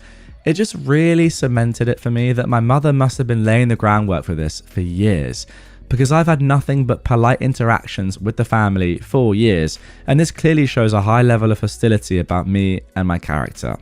This couldn't have happened overnight, or with just one lie, surely. Yeah, OP, I completely agree, and it just makes it very confusing. I mean, to be honest, I'm confused, and I'm not involved in this story in any way, obviously. So I can't imagine how you feel. Like, imagine, actually put yourself in OP's shoes for a second. Like, I'll try and do it myself. All of a sudden, your entire family is just looking at you shadily, and they're not telling you what's going on. And you're trying to be your normal self with them, but they're being all like weird and standoffish. And then I suppose over the years, you work out that one of them really just detests you. Then you're not allowed to go all of a sudden to your granddad's funeral. I mean, that is mental, by the way. I went to my granddad's funeral, about a year ago now. And I was going to say it was great. It really wasn't great. But you know what I mean? It was lovely to be there. And it meant a lot being there. I can't imagine not being allowed to be there. It'd be ridiculous. Like, sorry, I can't. Wow, it was great. We had a great time. We did. It was lovely. You know what I mean? Okay, be serious for a second. But what I will say is this. Your family, and maybe it's just your mother, but I also put a massive blame on everyone else for just siding with her and not like doing their due diligence, reading between the lines and thinking, maybe I should actually qualify these statements that she's making. And again, we have no idea what they are, so it's tough to say what you're being accused of. But yeah, maybe think to yourself, maybe I should actually just think, maybe what I'm hearing is a little bit off. Let me find out the truth, or at least let me find out the other side of the story by speaking to you. But no, you're just going along with your mum. It's strange. And we haven't even talked about the abuse. Mental story, but somehow that's only the first one in this episode. There are 3 more to come. Let's get on to the second. You want us to break up? Fine. My mother-in-law is truly awful. She constantly makes remarks about me not deserving my fiancé. We are a sort of modern couple, with him bringing in 70% of the money and doing about 30% of the household chores, and me vice versa. It's not an exact math, of course, but we're content with the workload and bill division. And that should be that, by the way. That's a great balance. Congrats. Anyway, my mother-in-law thinks that I should do all the chores and calls my job a small part-time gig that I should be happy to do to help out without neglecting my duties. My fiancé disagrees, but going low contact is difficult, when his father and his sister-in-law, my brother's wife, and I have gotten so close. So my fiance, his brother and sister-in-law and I schemed to have me break up with him in front of his mum and just leave a wake of disastrous consequence to show her. Wow, that is so conniving and so good. That is actually unreal. So that's crazy. So let me get this straight. You, your fiance, his brother, and then his wife, and also your fiance and his brother's dad are all pranking your fiance's mum? That is phenomenal. Okay, let's carry on. When she next made a remark at New Year's about it being time for him to find a traditional wife, I said she was right, and I broke it off. She was shocked immediately and tried to walk it back. My fiance had a meltdown begging me to stay while my brother-in-law and his wife instigated by asking my mother-in-law if she was racist.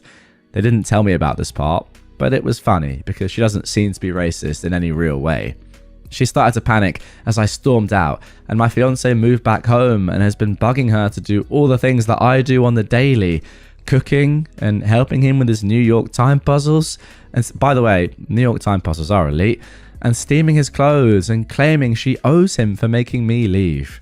So this woman has been calling me non-stop, begging to talk, and after just 8 days, she showed up at my work to full-on apologize, complete with a confession that blew me away.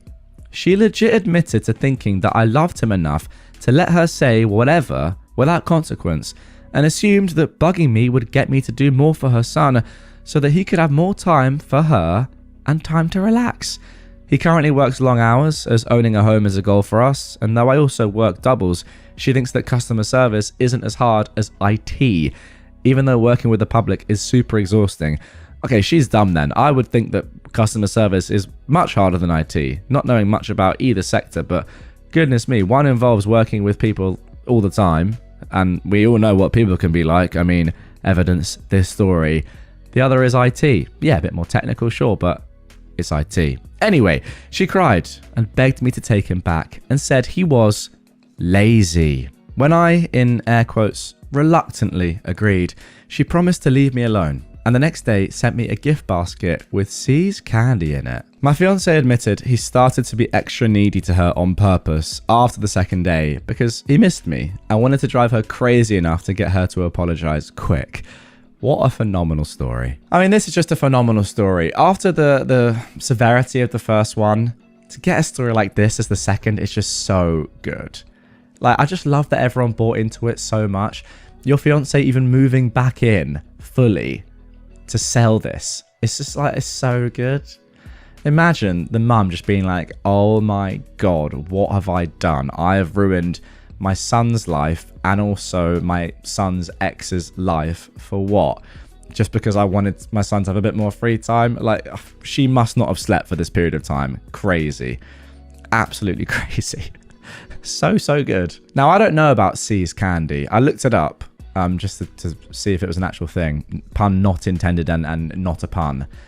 Apparently, it's a quite a nice candy. Somebody said in the comments, you know it's serious when C's candy gets involved. So yeah, maybe it's like the equivalent of I don't know, getting somebody flowers to apologize. It's top tier stuff, which I suppose makes sense. But yeah, genuinely wonderful story. But sadly, guys, that is the last fun story of this episode, and things now get slightly more serious once again. Revenge on a terrible neighbor. Years ago, I rented a townhouse while working on a studio contract. The house was nice, 2-bedroom that I shared with my girlfriend, now my wife. There was a single attached garage, which is a main part of the story. The next door neighbor, who we'll call Chad, was a real piece of work. He was mid-30s, balding, which he tried to hide with a buzz cut, and one of the shortest men I've ever met. He compensated for his lack of height by having a giant lifted custom pickup truck that was too tall to park in his garage. His other pride and joy was a heavily modified Honda Civic, which he liked to rev the engine loudly most days. Chad had 4 friends who he'd sit with at the end of his driveway and drink beer with all day, leaving empty cans everywhere. When I started renting the house in the spring, Chad was initially friendly, offering to move his car to allow the movers to easier access the house. He parked in both spots, despite a visitor lot right across the street. After the movers left, Chad mentioned that the previous tenants let him use their garage for his car in the winter, as his was full of exercise equipment and the sweet motorcycle he was building. Goodness me, I mean, that is crazy. Just asking to use and actually being allowed to use someone else's property. The old tenants must have been very nice, fair play. I told him that the landlord hadn't given me the key or the access code yet, and the only way I could open the garage was from the inside. Chad mentioned that neither his keys nor the code he had worked anymore either. A bit later, when I was talking to the landlord and mentioned Chad and the garage, he told me to never share the code, the keys, or the garage itself with Chad. The previous tenants had been robbed just after Christmas, the reason why they moved away, and the landlord suspected that Chad and his friends had been the ones responsible, despite there being no evidence. Wow. The landlord changed the locks and access code as part of cleaning up the house for a next tenant. A month or so later, I learned from another neighbour that Chad's dad had been a local cop and died when Chad was a teenager, and the police gave him a pass on disturbance calls and the like, something he took advantage of. Chad kept pressuring me to give him access to my garage and got really angry when I finally told him no. Maybe his temper stemmed from his lack of height or some other factor, but he was upset enough that his friends had to hold him back from physically attacking me. From that point on, I'd find empty beer cans on my lawn. He and his friends would catcall my wife when they saw her alone. He would park his truck blocking access to my driveway, would blast music at all hours of the day and night, and just do other things to make a nuisance of himself. As winter came, things got worse, as he was no longer allowed to park his truck on the street and was denied parking in the visitor lot. Later, some kids vandalized the car cover to his Honda and scratched the paint, which he blamed on me for not letting him use my garage.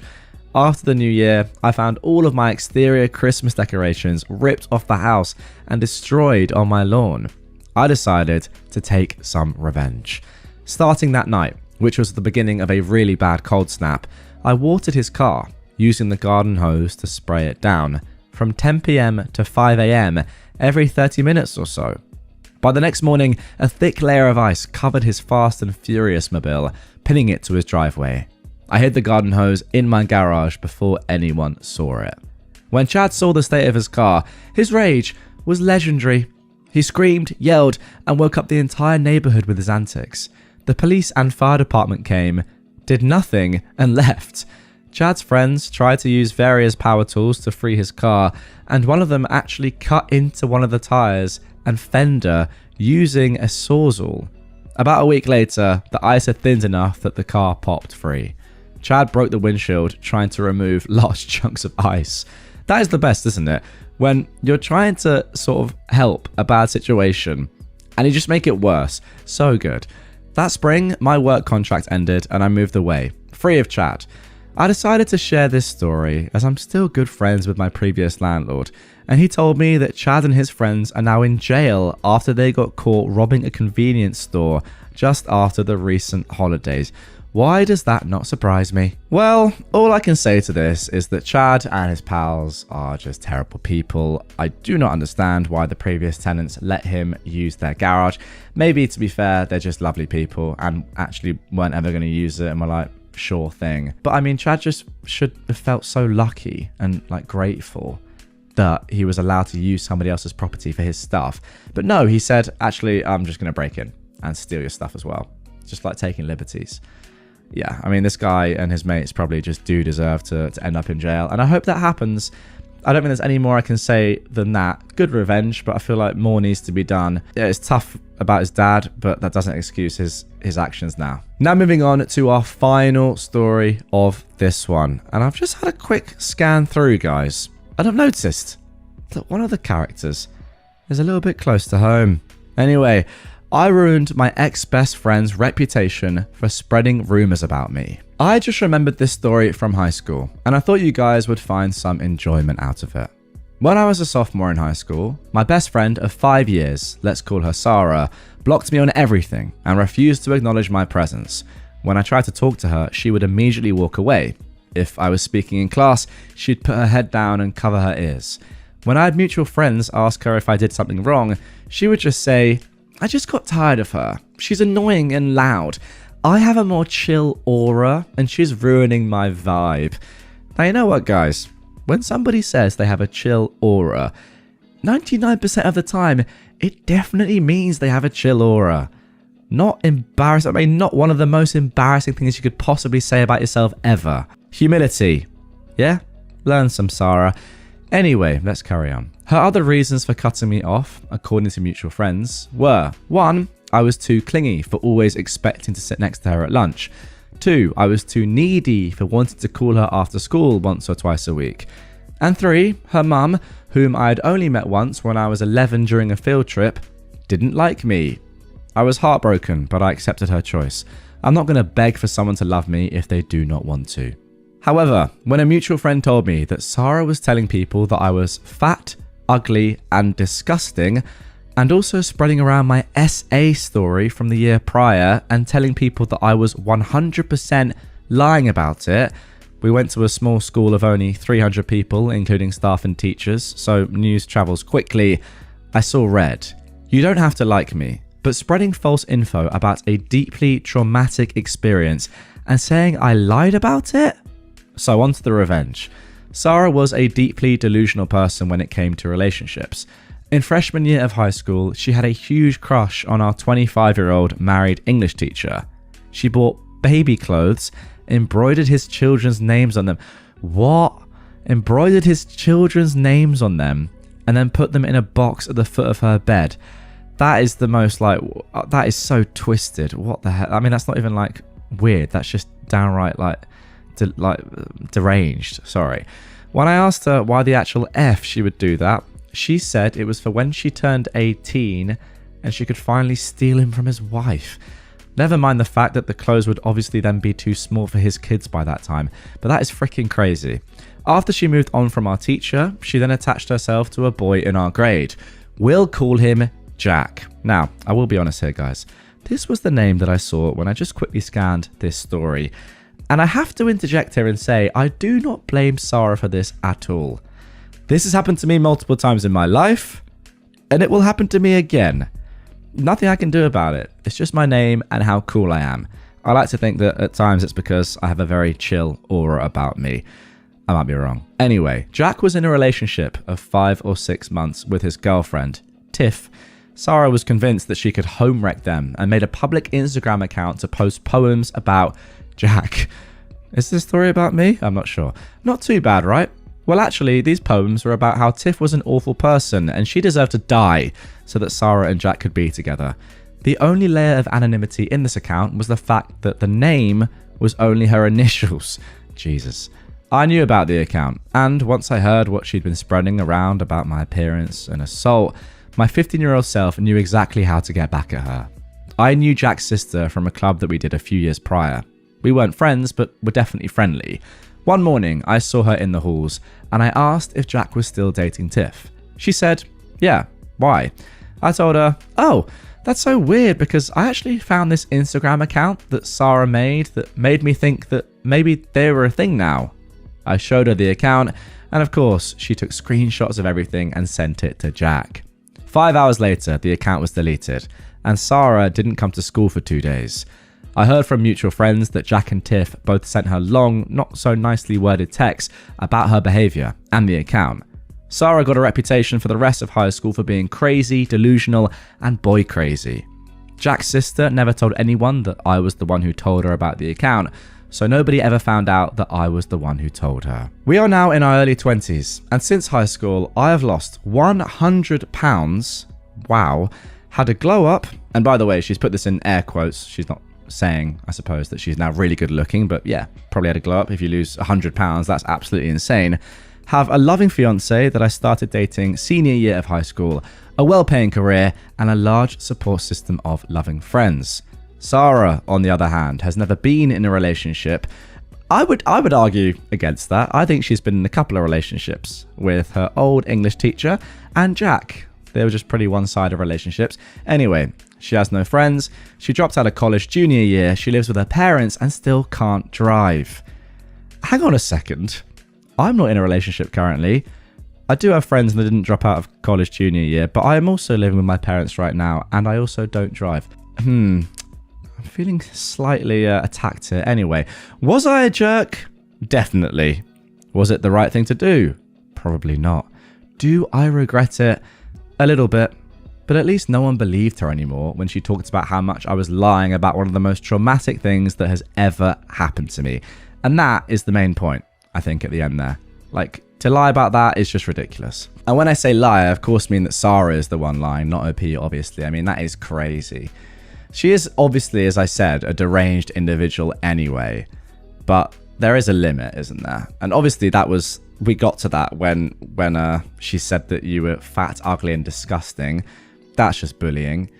But on top of that, spreading that your essay, well, first of all, spreading around your essay story, which I presume not everyone in the school knew about, obviously, and then saying you lied about it on top of that. So first of all, telling people about what your actual trauma is, ridiculous, and then saying, oh, actually, no, but she just did it for attention, or maybe not that, but just none of it's true, is genuinely crazy. I think that should be illegal. Like bullying is one thing, but then like telling people about someone's trauma, which is, you know, obviously illegal in itself, the trauma, then saying they lied about it, like that. I know you're only like 15 or whatever here, but is that not some sort of like defamation? Like, people genuinely would unalive themselves for stuff like this. That has to be illegal. It has to be. You know, sometimes it's weird. I feel like people only get in trouble when people unalive themselves or serious things happen to the individual that people have bullied or said stuff like this. And yeah, I hold my hands up. Like, sometimes I do think back to some things that I might have said when I was young and dumb and think, Jesus, that was a terrible thing to say, or I shouldn't have acted like that because it could have had this effect. Same on to me, you know. But, and I'm not for 1 second saying, oh, they were 15. You can't, like, you got to allow them whatever a little bit. No, I mean, this is crazy. And I do think that, like, stuff should be done about that. She should be either expelled at the very least or, like, you know, charged. It's mental. Now, final thing to say is you should not feel bad at all about anything you've done here. As I've just mentioned, like, she's created this life for herself, and you, like, disclosing to Jack's sister that it was actually Sarah's account is not the reason why she has no friends and no life and, you know, whatever right now. That isn't the reason. She's done that to herself. Yes, it's a small part of it, but that isn't the reason. Like, this would have happened anyway, whether you intervened or not. So, I don't know. Ridiculous. Am I the jerk for punching my husband's ex-wife? My husband's ex-wife, who we will call Shelley, hates me, and I'm not a big fan of hers either. She has high conflicts and has been putting my stepson in the middle of her rubbish since the beginning. She had him listen at our door and report back what I said. She even called CPS on me for having a medical marijuana card. Nothing came of it. She'll tell anyone that will listen that I stole her family from her and I destroyed her life. My husband had been divorced from her for 8 years when I met him. I just think that backstory is important. A couple of days ago, I took our daughter, who was 4, to the park in our subdivision to play. As I was pushing her on the swings, I saw Shelley pull up. I immediately grabbed my daughter and started walking back home. Shelley began to follow me and started yelling insults and threats at me. I dialed 911 and I told them what was going on, so we stayed on the line. She called my daughter a half-breed, I'm black and my husband is white, and then continued to follow me down the street hurling insults. I told her to leave us alone and I've called the police, but that just made her more aggressive. By that point I was in front of my house and my garage door was up, so I told my daughter to go inside and get her dad. I turn around and Shelley is running full speed towards me with her arm drawn back. I punched her dead in the throat. She fell on the ground and was gasping for air. I dropped to the ground to ask if she was okay, but she continued to try to swing at me as she gasped for air. The cops then arrived and put her in handcuffs because she started to fight them. They put us in separate areas and talked to us. She told them that I hit her first, but my husband was already outside with the footage ready to show the police. They asked me if I wanted to press charges, and I said yes. This is where people are saying I'm wrong. We live in a small town and people got wind of what happened, and almost everyone is saying I'm wrong because Shelley is 5'4", maybe 130 pounds, and I'm 5'10" and weigh about 180 and I weightlift. People are saying I should have gone easier on her, and I could have really hurt her. They've also said that I've done enough and charges weren't necessary. Of course, my husband, my stepson, and my family are on my side, but I've gotten some nasty messages from people in my town, calling me a monster and a bully. I feel like I was just defending myself, but I want some unbiased opinions, because now I feel like I might have taken it too far, and I'm starting to doubt myself. So, am I the jerk here? Alright, let's get into some comments straight away before I give my thoughts, and then we get into the update. Somebody said, "You're not the jerk. You were defending yourself against a physical threat, and your actions were reasonable given the circumstances. Shelley's behaviour was unacceptable, and she escalated the situation by following you, yelling insults, and making threats. When she charged at you with her arm drawn back, you had every right to protect yourself. The criticism from people in your town seems misguided, focusing on your physical size and strength rather than the facts of the situation. The fact that Shelley is smaller than you doesn't mean you should have allowed her to attack you without defending yourself. It's also important to note that Shelley's behaviour has been problematic for a long time, including putting your stepson in the middle of her conflicts and making false reports to CPS. Her actions have shown a pattern of aggression and manipulation. You did the right thing by defending yourself and pressing charges. Don't let the opinions of others make you doubt your actions. You prioritize your safety and the safety of your child, and that is something to be proud of." Another commenter agreed, "You're not the jerk. Shelley is an idiot to try and swing on someone bigger, taller, and stronger than her. And why? Because you didn't react to her insults? Instead, you asked her to leave you alone and then called the cops. Had you not turned around and seen her running towards you, ready to hit you, she could have caused you great damage. Instead, you threw one punch to keep her away. Too bad your fist is at her throat level. She should have thought about that before she tried to attack you. Do not doubt yourself. You defended yourself from someone who intended to do you harm. You didn't continue to wail on her. You weren't the aggressor. She stepped on your property and threatened you and your child. The people in your town are idiots. Fight rumor with truth. Post the footage. Show the charges. You are within your rights, period. And I defy anyone to have been in the same position who wouldn't have gotten into a defensive mode like you did."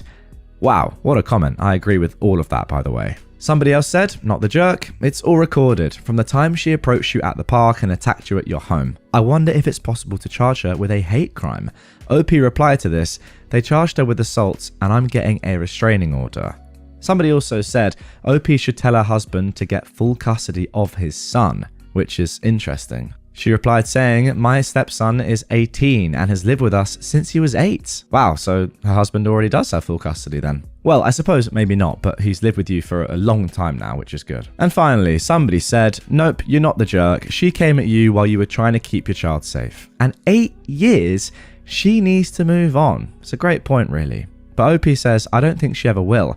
My husband is a great guy, and she really did mess up. He truly loved her, but she was too toxic to accept it. Now, I think she has a lot of regrets. Her aggression definitely got worse after I had my daughter because she wanted a girl." Alright, I would normally give my thoughts here, but I feel like I completely agree with the comments. OP is not the jerk. It's very simple. This woman is crazy. So, there's no point. Let's just get into the update. Now, this was posted just one day after the original post. It hasn't even been 24 hours since my last post, but I feel you guys deserve an update and for me to clarify some things. Firstly, my daughter and I are okay, and thank you all so much for your support. My daughter heard what was said, but fortunately has no idea what it means. She also didn't see any of the physical violence that occurred. Secondly, Shelley is still in jail. Luckily for us, her family doesn't even like her, so no one's bailed her out. She also had a warrant, so she'll probably be sitting there for a while. Next, for everyone worried about my stepson. He's just my son in our house. Thank you so much for the concern, but he's 18 years old, and I've been his mother figure for the past 10. He knows his mum's antics, and he's in therapy, and he's okay. For the people that private messaged me to say that I alienated my stepson from his mum, well, shame on you. You guys have no idea what this kid has dealt with through the years, and he is so strong. I also would like to clarify that I did press charges. I spoke to my lawyer, who's my aunt, and she said I actually have plenty of evidence from over the years to sue Shelley for the emotional pain she's caused me. and I will be pursuing that. I'm going to make it hurt, so she knows that this behaviour will not be tolerated. I'm also in the process of getting a restraining order, which will not take long at all, given all of the evidence. Lastly, this whole situation has been so eye-opening about the lack of support I have living in this town. I've stayed because I thought it was best for my family, but after speaking with my husband and stepson, we all realised it's best for everyone if we move and start fresh. If anyone has suggestions of diverse places to move with a good school system for our daughter, please comment down below. I want to thank you all so much again for your help. I felt more support from strangers on the internet than I have from the community I've lived in for years. I will continue to keep you all updated with whatever I can as I continue the process. Let's just finish off with a couple of relevant comments. Somebody asked what was the reason for OP's husband's divorce from his ex, and unbelievably OP said she hit him in front of their son and fractured his eye socket. I mean, look, we already knew that Shelley was crazy, but yes, that is mental. Somebody else commented, make sure Shelley actually has enough assets and income to make suing her worth it. You know the old saying, you can't get blood out of a turnip. She sounds massively emotionally unregulated since she had a warrant out already. Emotionally unregulated people often can't hold jobs and really don't have money. OP says she is a master aesthetician with her own spa. She has money, even though she says she doesn't. Somebody else commented, if you're willing to move to Scotland, we take kick butt mums just fine here. Other than that, I can't help. But you were absolutely right in what you did, and I agree, make it hurt. Teach the lesson that she best not come back for more. And somebody asked, based on OP's background, can she relocate to any city and find a job? OP says, I'm actually a private financial advisor, so I work from home mostly.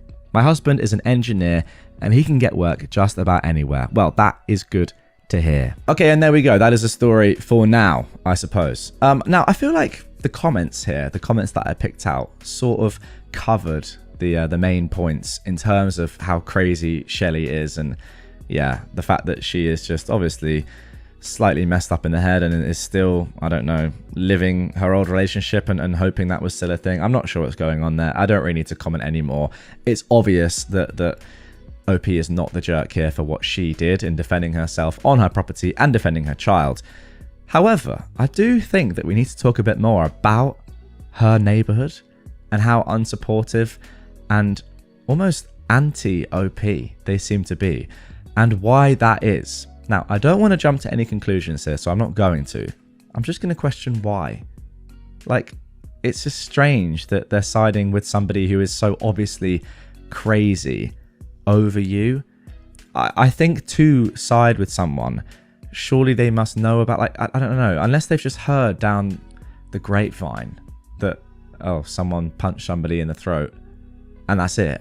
Surely you'd ask for more context there and be like, oh no, that's actually OP's husband's ex from years ago, and she's been sort of going after the new relationship for years. She hasn't moved on at all. She's pretty mental. Like, she's tried to get her son to do lots of things, etc, etc, etc. I do agree though with some of the comments, like, surely just show the footage and then be done with it, and you'd stop all the sort of like weird rumor and people going against you, which I can't quite work out why. Maybe there's more going on here, but like, surely if people know that she's been physically abusive for more than 10 years, that's enough for them to side with you, not her. I mean, I said I didn't want to jump to conclusions. I think you guys know what I mean there, but you know what, I will. OP is a black woman in a small town. Maybe that's all I need to say. Let me know if you agree with me in the comments down below, but yes, it does sound like you should probably move to a town that is a little more inclusive. Okay, now moving on to our second story of this episode. Am I the jerk for not wanting my husband to go away for the weekend for his best friend's bachelor party when I'm 37 weeks pregnant? Now, the original post for this one came back in March of 2019. My husband's best friend got engaged, and my husband is in the wedding party. He's not the best man, but is doing most of the planning for the bachelor party. In his friend group, they usually do a golf weekend. Also, this is likely the last bachelor party in the group, as the rest of the guys are already married. Well, who's to say one of them might be divorced and they might go again? The stats would say that's actually pretty likely. Anyway, let's carry on. I'll stop being silly. However, we have a 2-year-old and I'm currently pregnant with our second child and due on August 25th. This was posted March 25th, by the way. When he started planning the bachelor party, I told him that planning something earlier in the summer would give him a higher chance of going for the full weekend. I originally framed it as not wanting to be stuck watching our toddler by myself for a full weekend in my 3rd trimester while he's out golfing, which was a mistake. I should have framed it as not wanting him to go away for a weekend so close to my due date. I don't know. I think that isn't a mistake at all. The way you phrased it the first time is completely fair, and if he was reasonable, he'd probably say, yeah, that makes sense to me, and I'd pick an earlier date. Anyway, let's carry on. They finally picked a date for the bachelor weekend. It's August the 8th, so I'll be almost 38 weeks pregnant and considered full term. Technically, I'll be 38 weeks the day he plans to get back, so about 2 weeks before my actual due date. The bachelor party will be about 2 hours away without traffic. On previous golf weekends, he's been terrible about keeping his phone charged, and it can be hard to get in touch with him. Also, while he doesn't drink, he does smoke, and he would most likely be smoking the whole weekend. Now, he thinks that as long as he gets someone to watch our toddler while he's gone, it's fine to go for the full weekend, 2 to 3 nights.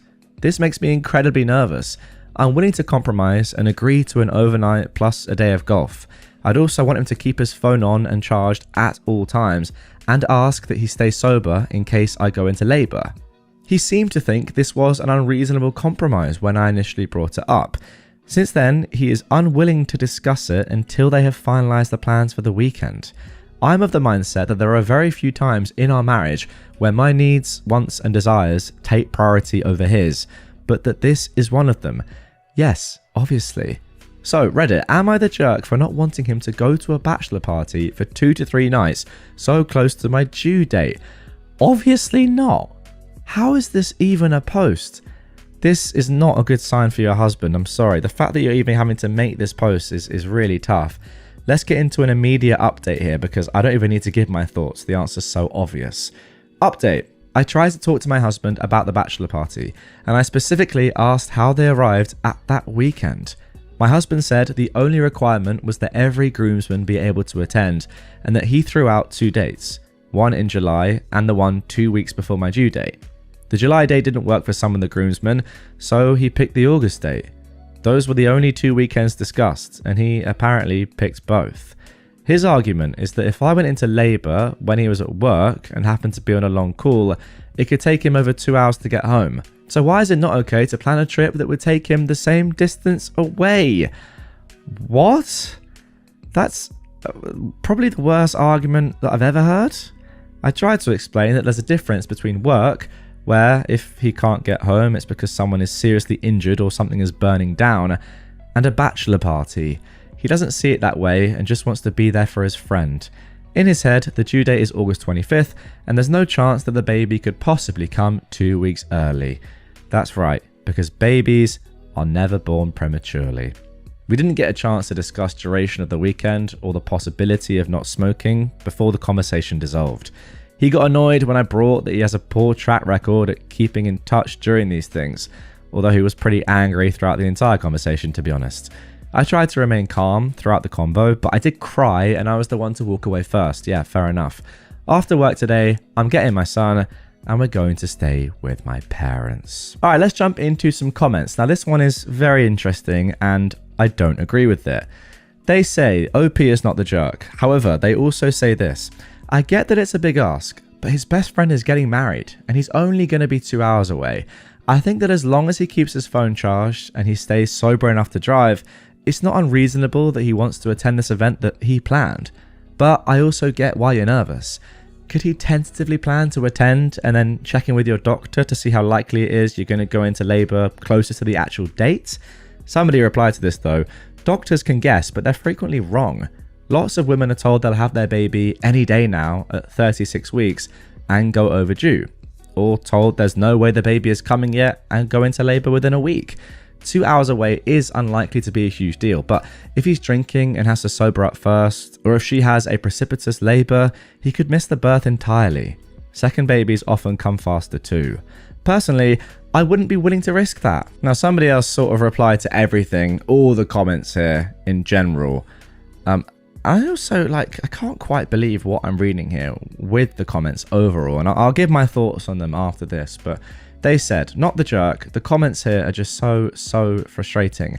Yes, OP's husband will have to make the immense sacrifice of staying sober at a bachelor party. Woe is him, how could he possibly survive? I'm assuming that both parties made the decision to have another kid.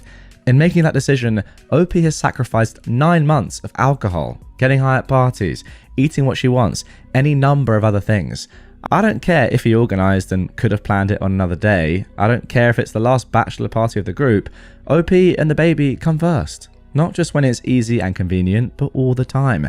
If my husband went to something like this after I'd asked him not to, and he missed the birth of our child, or showed up drunk or high while I was in labour, it would be the end of my marriage. I honestly cannot believe how many people are saying OP is unreasonable. If you can't stay sober for one weekend for your family, you have a problem. Now, amazingly, guys, and I can't quite believe I'm saying this either, the verdict on the original post on r/AmITheJerk was that there are actually no jerks here. And that, yes, what OP is saying is obviously very, very fair, very, very reasonable.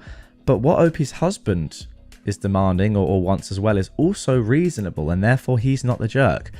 I could not disagree with this more. Let me know in the comments down below what you think, but from my perspective, I completely agree with the final comment here.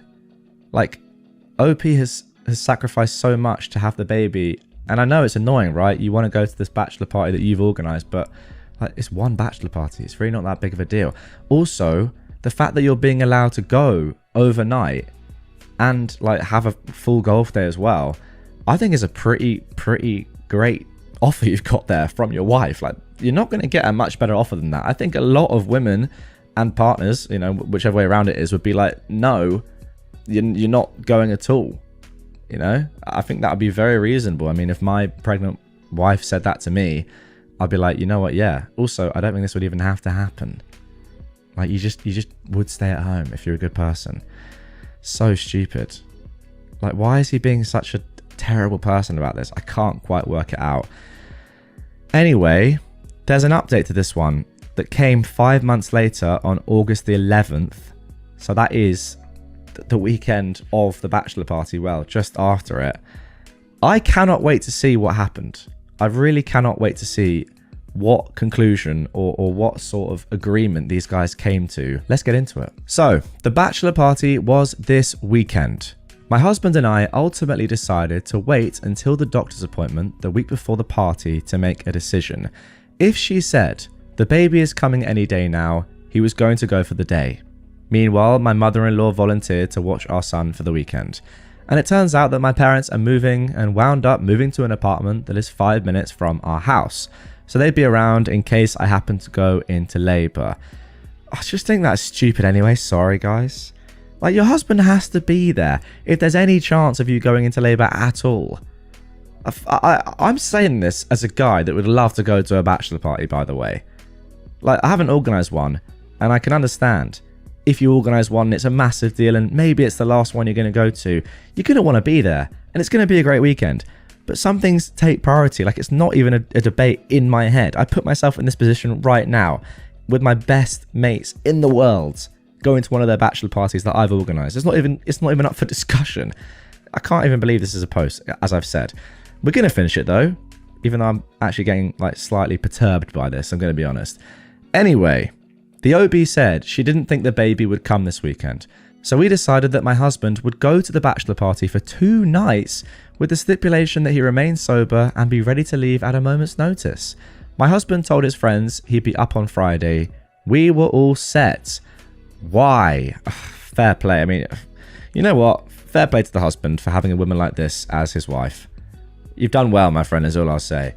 And then on Wednesday, all heck broke loose.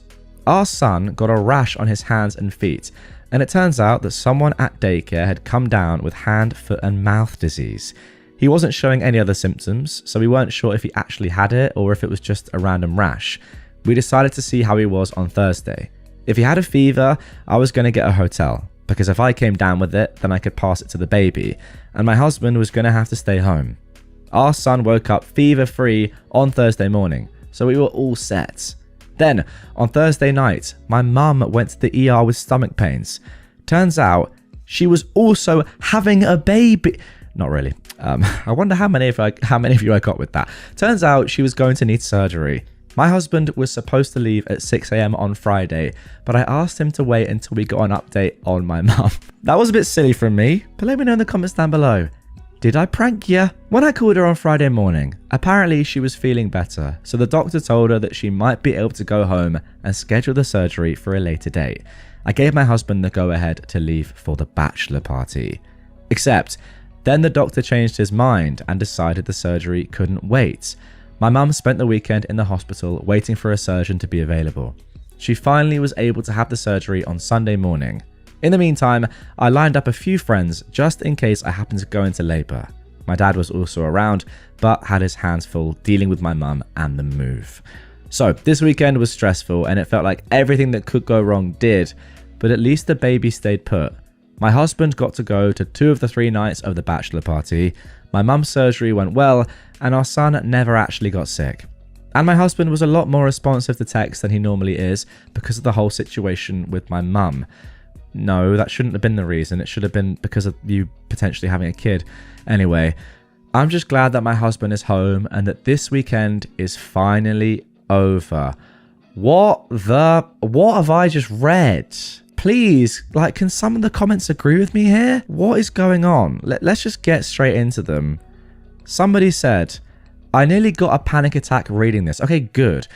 It was extremely irresponsible of your husband to leave once potential hand, foot, and mouth disease was knocking about, and your mother's surgery was in the picture.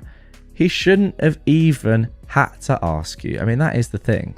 He really shouldn't have done. That puts pressure on you to not come across as a female dog in this. This could easily have gone a lot worse. You just lucked out. I was a preemie from my mother stressing out. I've had really bad hand, foot, and mouth disease as an adult. And when I gave birth myself, it went from low risk to life-threatening pretty fast. And 2 hours would definitely have made a big difference. He's a father, and that means he's got to be there for you, his son, and new baby-to-be. A multi-day bachelor party cannot be a priority. It doesn't matter if you're family and friends, it's his child. I feel like you only got not the jerk because Reddit skews young enough and male enough that they don't quite internalize all the emotional labor that men pass to women and how optional men find putting in the time to be a father. Would they think it's reasonable if, at 1 week postpartum, you decided to leave the baby behind and party up with your friends? After all, there's breast pumps and formula, so other people can theoretically do the newborn parenting.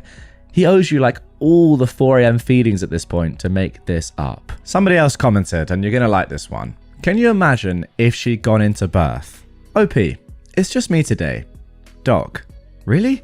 You have someone you can call? Your mum? Well, she's in emergency surgery. Okay, your dad? He's taking care of her. Any friends?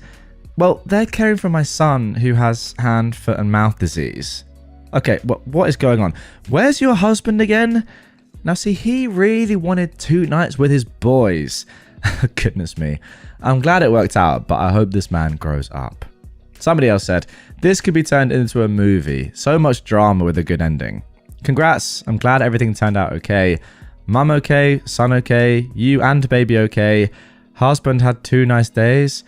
Now, poop is going to hit the fan when the baby comes. You're going to be busier than a one-armed paper hanger. Now, OP did actually leave one final update here. Wow, I really wasn't expecting this to blow up. My husband and I were looking at the weekend with a sense of humour, as in, what else could go wrong? He's a great husband and father and very helpful around the house. I understand that he wanted a last hurrah with the boys before the baby comes, and I thought we did pretty well coming up with a compromise that was as stress-free as possible for everyone involved. Unfortunately, the best laid plans and all that rubbish. We're both just glad that he was able to have a great time with his friends. No one got hand, foot, and mouth disease. My mum's okay, and he didn't miss the baby being born. Okay, I mean, maybe, but sorry. As I've already said throughout all of this story, you don't get in the comments down below. Tell me if I'm actually just siding with the mum too much here. I just think it's absolutely ridiculous. I also don't think that any of this stuff really had to happen before the decision should have been made. The hand, foot and mouth disease and your OP's mum going into surgery or whatever, like surely you should already have just been like, oh, I'm going to be at home. And even after that, like surely at that point, when you've got the disease and both of OP's parents are obviously tied up in the surgery, he should have been like, okay, no, you know what? I do want to go to this, but I'll definitely stay at home now. What is going on? Also, why not just make yourself unavailable for that weekend in the first place? 2 weeks before your wife is due is a stupid time to organize a bachelor party. Do it on another day. Like your wife explicitly said to you, the earlier you do it, the better, because I'm pregnant. It's so dumb. I just don't really get why the people of Reddit, and this is where I do often, and sometimes, not often, often's harsh, but sometimes I'm a little bit perplexed by Redditors when they just like come to some opinion that I just do not agree with. I guess that's the beauty of the internet. But last hurrah before the baby comes. You already have a baby. Like, I feel like you're past that point now. Unless he gets a last hurrah before every new baby comes. It's stupid. Why do you need a last hurrah as well? Like, you've chosen to have a baby. Shouldn't that just be like the most unbelievable thing ever? And also, the fact that you already have a kid, like you're already looking after a kid. Having another one doesn't change the fact that you're already looking after one. I don't get the last hurrah bit. I don't understand. I really, really don't. I just think this guy is an absolute clown. Like, let me know in the comments down below if you agree with me on this. I just think it's like the most easy sort of conclusion to this one ever. He's just a clown. And look, clearly OP is a very, very selfless, forgiving person. But I feel like you're bordering on welcome mat material. That is how much your husband feels like he can just do stuff and get away with it because you're so nice to him. Maybe I'm going too far here. Let me know in the comments down below. My family was uninvited from a trip because my son, who is 14, is autistic. This was originally posted on May the 31st, 2015. 5 years ago, my childhood best friend, I am a 44-year-old man, invited me, my wife, who is 41, and our son on a week-long trip to California with his family and 3 of his college and work friends, a group of guys from 42 to 45, and their families. I'd met them before and we all got on well enough, so I agreed to it. Now, they knew that my son was autistic before they invited us, and were fine with it, apparently. The first year we went, my son had a really hard time adjusting, but got better as time went on. Although he did have a few meltdowns, but everyone acted like it was fine and that they understood, and they continued to invite us on the trip in the next few years. And things usually just went like that. But earlier this week, my friends said that they wanted to discuss the trip. And I too wanted to discuss the trip because of some concerns I had. Mainly one of my friend's teenage daughters, who was extremely rude to my son. So I agreed. But when I got there, things were really awkward. No one really said anything. And finally, one of the guys just said that they and their families had decided that it would probably be best if we, my family, didn't go on the trip this year. I was completely blindsided. I of course asked why, and none of them would come right out and say directly, but they slyly said it was because of my son. They said that this year, since it was vacation, they wanted to be able to truly relax, and for the past few years, they haven't been able to. They also said that this year they really wanted some adult time since they haven't had any the last few years. Whenever my wife and I went out, our son would have to come too, because nobody would stay with him. And quite frankly, I didn't trust any of the other kids to stay with him, and he had a meltdown once at a restaurant. Their final reason was that some of their kids were uncomfortable. We rent a big house out there, and felt unsafe staying in the house because of one instance where my son did get a little out of hand. One time out of the 4 years, so I did understand that part a bit. Like I said, they never came right out and said it was because of my son, but I knew it was, and that really hurt. This trip is the only time my wife and I ever get away, and they knew that. I think it's pretty sad that a group of adults can't see past a few inconveniences and annoyances from a child who can't help it for a few days, but I know it's a little different to me because I deal with it all of the time. Overall, I'm just angry, hurt, and confused, as is my wife, by all of this. They're supposed to be my friends, and I thought they understood everything. I feel like I'm ready to cut ties with all of them and not look back, but my wife thinks that I should tell them all how I truly feel about the situation, so they won't just think it's okay to do that to anyone. I don't really know what I'm asking. Whether I'm overreacting, I truly don't think I am, or whether I should just end the friendship now or talk to them first. Okay, so there we go. That is it for the original post. Wow. I mean, this is a tough one, isn't it? It's a really tough spot. Before I give my thoughts, let's jump into the top comment that was left on the original post. That is the comment with the most upvotes. Somebody said, "You have every right to feel hurt because we can't control the hands we're dealt. However, I'm inclined to say that your friends do have a valid point. An autistic child is a lot to deal with, and not everyone is able to do it. Your point of view is people should accept him because he can't help it, because he's your child and you're used to it. Imagine it from the other point of view. They see it as a child who can randomly go off at any moment, whether he can help it or not. It doesn't matter if it's caused by a disease or just a hyperactive child. They see the potential meltdowns as uncomfortable and awkward. Pretend it wasn't your child. Pretend one of your friend's children has ADHD. His family wants to go on vacation because they're used to it and have learned to tune down his yelling. Would you want to go out with him constantly yelling and making people uncomfortable?" Now, I'm not sure about that as an assessment of ADHD, but let's carry on. Some young children with ADHD definitely do behave like that. Anyway, could your friends have been more straightforward in their approach? Yes. At the end of the day, they did a cost-benefit analysis and figured it was better to have peace of mind for their kids and them, and they decided to cut you. I recommend planning a vacation with your son. There's no reason why you can't have a great time as a family somewhere. Okay, so there we go for the original post, and you see now why I say in the intro that this is a tough one, because I want to remain respectful with everything I'm saying and I'm about to say, but I do agree with this top comment. And that doesn't take away from how tough it is. I mean, I have no idea, but just I can't even begin to imagine how tough it is to be a parent to an autistic child. But I do feel like you can just go on a holiday or a vacation with your own family and that be all right.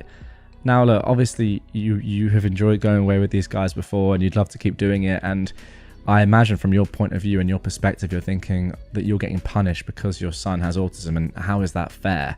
Like, you're the one that has to deal with him every day. They're just doing it for a few days on their vacation. Is that really that bad? No, I agree with that. But also, like, you have to think about it from their point of view. As this commenter said, it is their vacation too. And, you know, we don't get a lot of vacation time in this life, at least the majority of us don't. So if they're not happy with how it's going and their children aren't feeling comfortable on their vacation and they don't feel free to do what they want to do, then ultimately they don't owe you guys, you know, an invitation. You don't have to go with them. Like, they're not forced to invite you. It's a shame, but I feel like they've tried for what, 4-5 years now, and they've thought, sorry, we can't keep doing this anymore, which is tough. But can you really blame them for that? Let's be honest, objectively, it seems to me like their vacation will be less sort of incident-full, I suppose, or, you know, just in general a little bit easier if you're not there. We're talking objectively here. So who am I to say you have to include this family just to be nice when actually it's taking away from your vacation? Even if it's taking away from it, you know, like 1 to 2%, it's your vacation. Like, you work all year to be able to do something like this, and you know, I can't blame them, as I said. Anyway, there is an update to this one, which was posted a week after the original, and I'm very interested, as I said, to hear your guys' thoughts on this. So let me know what you're thinking before we get into this update. But here we go. This is the update, and this is the conclusion. After thinking hard about it, I decided that I would talk to my friends about everything that happened. We decided to meet again and talk it out. They said that they understood why I was hurt, but they weren't even planning on budging in any way.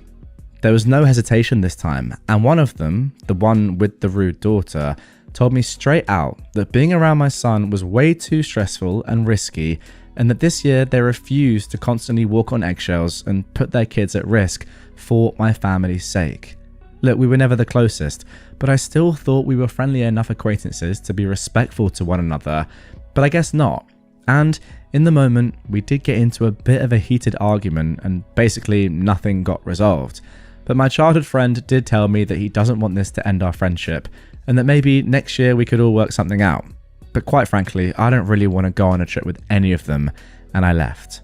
My wife, when I got home, was happy that I talked to them, but upset that I even considered trying to come up with a solution to go on a trip where we wouldn't even be wanted, which I understand. As far as my friendship with those guys, I'm not sure where it stands, and if we don't talk in the future, it won't bother me too much since they feel the way they do. I know that a lot of people disagree with me, but if you can't accept my child, then you can't accept me, especially when he's so dependent on me. I am a little disappointed because I thought we were all friends, but maybe it's for the best. Oh, yeah, reading that is very, very tough. Because on the one hand, as I've already said, like, you have to think about your friends here, or I suppose maybe ex-friends, and what they deserve from a vacation. But it doesn't half like feel terrible when you've got OP being here like, look, my son is my son. He is who he is. If you can't accept him for that, then we can't be friends because he needs me so much and relies on me and he is my life. Yeah, it's tough. I feel like maybe just the actual resolution here is to not go on a vacation, a group vacation with other people. Maybe just see them more often in the year, but not during an event which requires a lot of planning and time. And you know, people put a lot of effort into vacations and a lot of money as well, and it is with the whole family. Maybe a vacation is not the best bet, you know, for this group of friends. But I also feel for your childhood friend because he's just like, look, I love you, but it's too tough. We can't do it. We've decided we can't do it. Anyway, let's jump into the comments before I give my final thoughts. Somebody said, everyone in your last post said this is how they probably felt and have a right to feel, almost to the letter. They feel like they have to walk on eggshells. Do you think they should be made to feel like that on their vacation? You feel like they're rejecting your family and you have a right to feel that way, but it seems like you still haven't looked at the other side of the coin. And finally, somebody says, your friends don't owe you a vacation. You're demonizing them as if they don't like you or your kid, and you feel that they should accept your son without reservations because his misbehavior is part of his disability. Vacations are not supposed to be stressful. Your son adds stress to their vacation. They're in no way obligated to deal with that. You are, because he is your kid. And guess what? They tried for 4 years to accept the situation and see it from your end. What have you tried? Goodness me, a scathing comment there, but maybe it's based in reality. Like, I'm not sure I'd personally want to go to the lengths of that comment. It does seem a little bit harsh. But again, like, I mean, is any of it necessarily wrong? I kind of concur with the final point. What have you tried? Because they have sacrificed quite a lot, I think. And this sounds terrible saying it because obviously you've sacrificed like your life to have this kid, but he is your kid, and you do sort of sign up for that when you have a child. What have you tried is a good question. I mean, maybe you could do more stuff on your own when you're on the vacation, or let the other adults do stuff. Again, like, even saying that, it's not what you want to do, is it?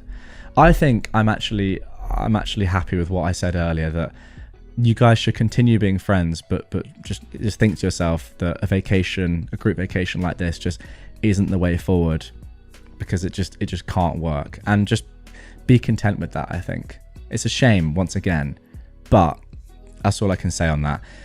Now, somebody else in the comments down below picked out OP saying this, that some of their kids felt unsafe staying in the house because of one instance where my son did get a little out of hand, which was one time out of the 4 years. So I did understand that part a bit. And they said, you've been a little bit scant on the details there, OP. The other kids feel unsafe. Of course, their kids want to protect them, the same as OP wants to protect his son. And I think that is the main point. Like, you know, it's very tough. It's a very, very tough spot once again. But ultimately, if people are feeling unsafe because of your son, then again, you can't blame them for saying, we don't want your son there. And it's horrible, but I think it's just fair. It's just not meant to be. Simple as that. I think everyone should just say, look, this is sad that we can't do this, but it's for the benefit of everyone to not do this. Let's just do other things instead. Racist customer demanded we fire and replace our employees with white American employees, even though we are an immigrant-owned business. I mean, I've got to just say this off the bat. It doesn't matter if you're an immigrant-owned business or not. Demanding that you fire and replace employees with white American employees is crazy. Anyway, let's get into the story. Okay, I am a 28-year-old woman, and I live here in Colorado. But my family and I emigrated here to the States from the former Yugoslavia, with my mother being Serbian and my dad being Montenegrin. My dad owns his own renovation business, which he was inspired to set up after watching the TV show Home Improvement. And even though I have my own full-time job, I do casual work for my dad's business, mainly doing office admin and payroll stuff. My dad has 2 employees, both of whom are Filipino. And one day, we had a customer who booked a job, and my dad sent his 2 employees to go to the customer's house, only for the customer to turn them away, telling them to leave. My dad's worker, who I will call Miguel, texted me to say that the client told them to leave.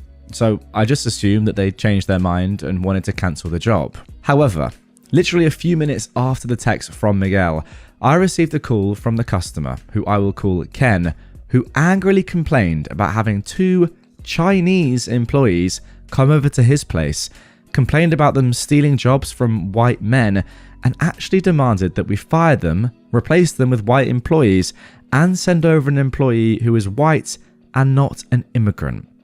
I pretty much knew how this conversation was going to play out, but I decided to just roll with it and tell him that those 2 Asian men were our only employees and that our business is an immigrant-owned business, as my dad and I are both immigrants from Montenegro. Ken then demanded that we at least send over an employee who is white, and I told him it makes no difference if the employee is white or not, as the fact that my family and I are European makes us not really different to immigrants from the Philippines, China, Mexico, wherever. He then accused us of stealing jobs, saying things along the lines of, "This is Trump's America now, and that you don't deserve the business." And after letting him rant, I just told him to find someone else to do the job, and hung up. Well, there we go, guys. Some story to start this episode. Absolutely ridiculous. I just hope for your sake as a company that you guys had some form of non-refundable deposit in place, because you've had to send workers out there for nothing.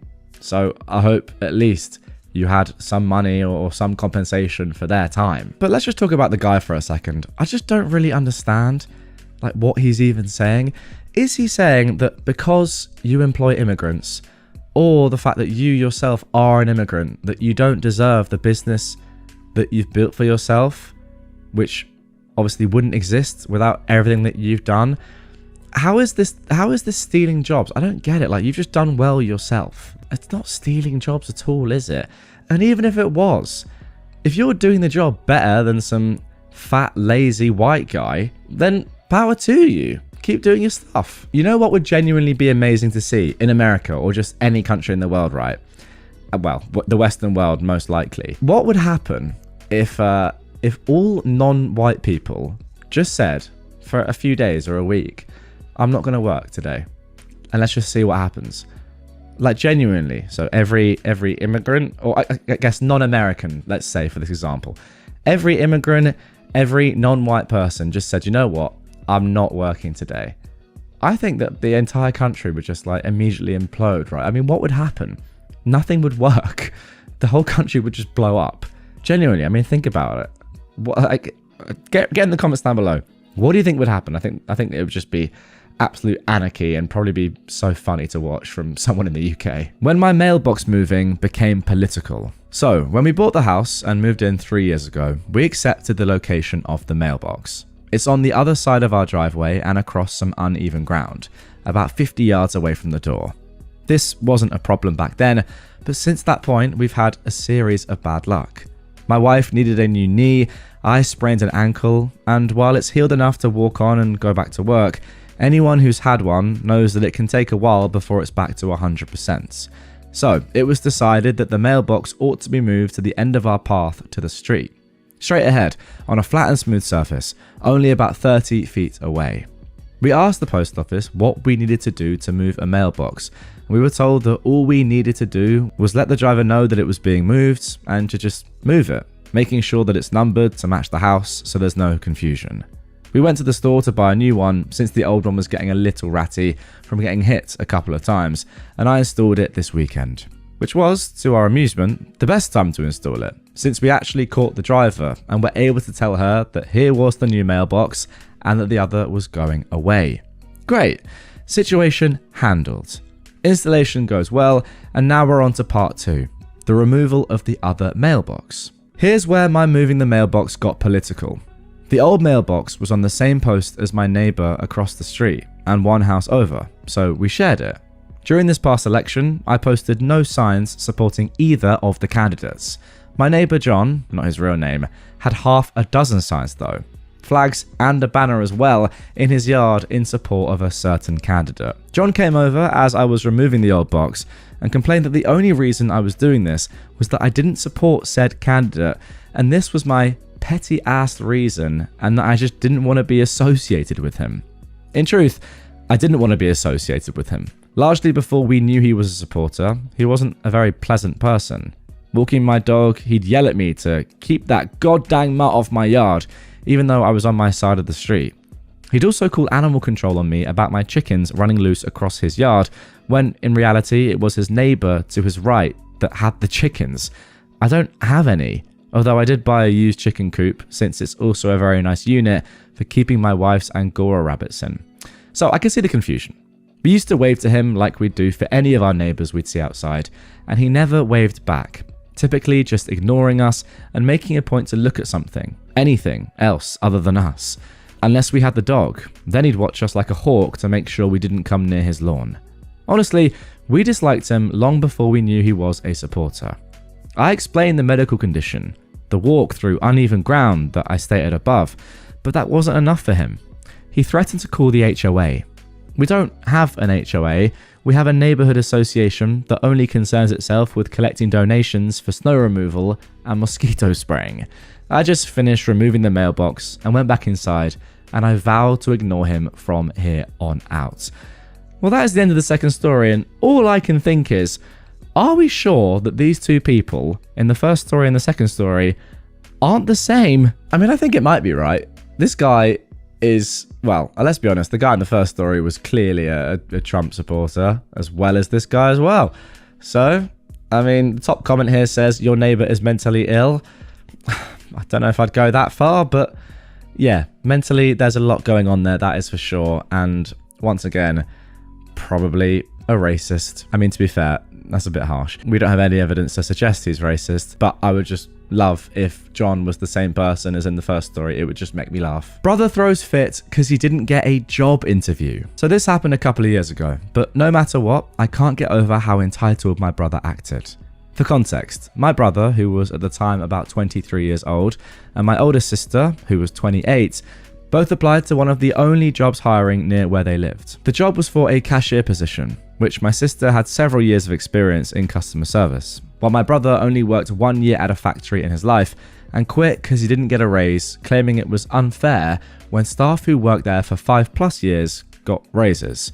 But anyways, one day we were out shopping when my sister got a call from the job they both applied for. They wanted her in for an interview. When hearing that, my brother basically threw a fit. He told my sister it was unfair you got an interview and I didn't when I put in an application a week before you did, and I even called to check up on it. I reminded him that our sister has experience while he doesn't. He then repeated, but I put in an application first.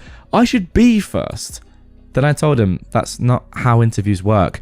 They wait for the ones with experience so they don't have to do much training. He then got even more upset and claimed that the store is sexist and she's only getting hired because she's a female, which honestly made me so irritated.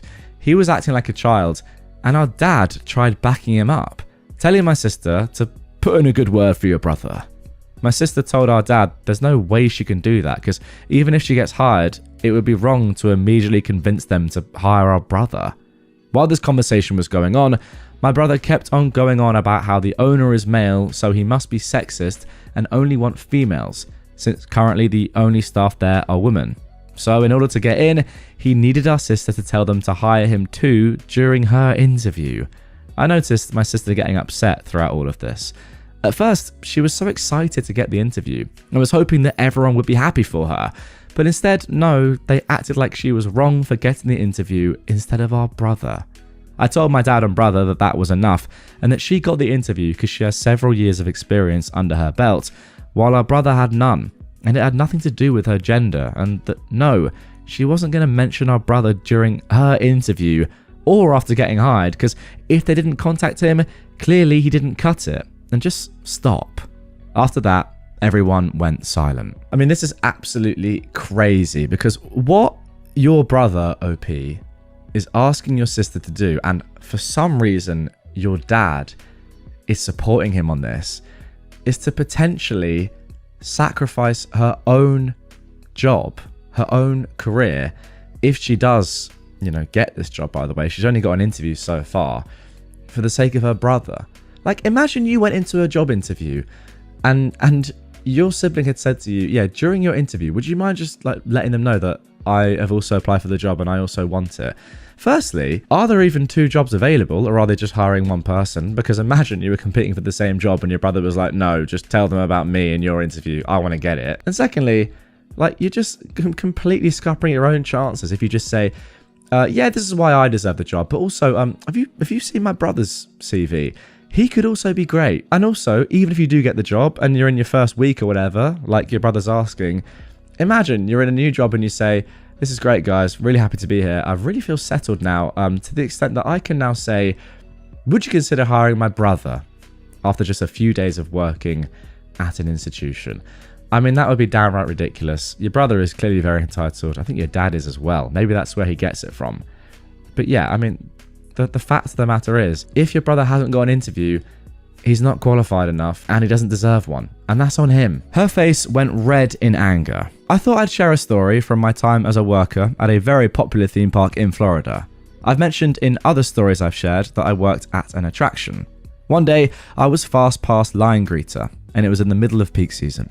We were ridiculously crowded, with wait times for standby being 2 hours, single rider around 50 minutes, and fast pass over an hour. We were instructed to allow people in on the time stamped on their fast pass to help thin the line. Sometimes when it wasn't as busy, we'd allow people to enter 5 minutes earlier than their ride reservation.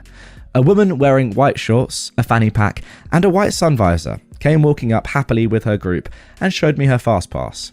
I stopped her because it was 10 minutes early. I politely explained she'd have to wait to enter on the time stamps on the fast pass ticket. Oh, come on. Really? It's just a few minutes early, she said. I apologise, Mum. Unfortunately, we're very busy, so you're going to have to wait for the time on your fast pass. That's ridiculous.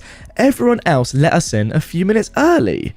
She then tries to walk past me, but that's not happening. I blocked her by stepping in her way. I smile and I ask her to step to the side. Ugh, she says. I continue to let people in according to the times on their passes as the woman glares angry daggers at me. A man next to her tells her to just wait. It's not that serious, but she is fuming. Literally 3 minutes go by and she storms back up and shoves the pass in my face. Good enough now. Can I go in now? At this point, I'm trying to remain magical. Mom, you still have 7 minutes until you can enter. Please step to the side. You're joking. 7 minutes? You're not seriously going to make me wait for 7 minutes? Yes, I am. Please step to the side. Another 2 minutes go by as a line of people come in. I check everyone's time, not looking at faces so much, but hands and tickets when I see the same ticket. I look up and it's the same woman again. She still had 5 minutes to wait. Now I'm irritated and she's irritated. I just stare at her for a few seconds quietly before doing a 2-finger point back to the side where her group and others were waiting patiently. She stormed back off as my co-worker Kate walked up with my brake slip. The woman instantly got a grin on her face when she saw I was about to leave. Her grin, though, annoyed me so much, and my petty box was immediately switched to on. So I gave Kate a brief version of events, and I instructed her to make sure she waited until the exact time printed on the frickin' FastPass ticket. She laughed a bit and said, okay. I walk away, but only a few feet, when she sauntered over, arrogantly grinning to Kate, and shows her the ticket.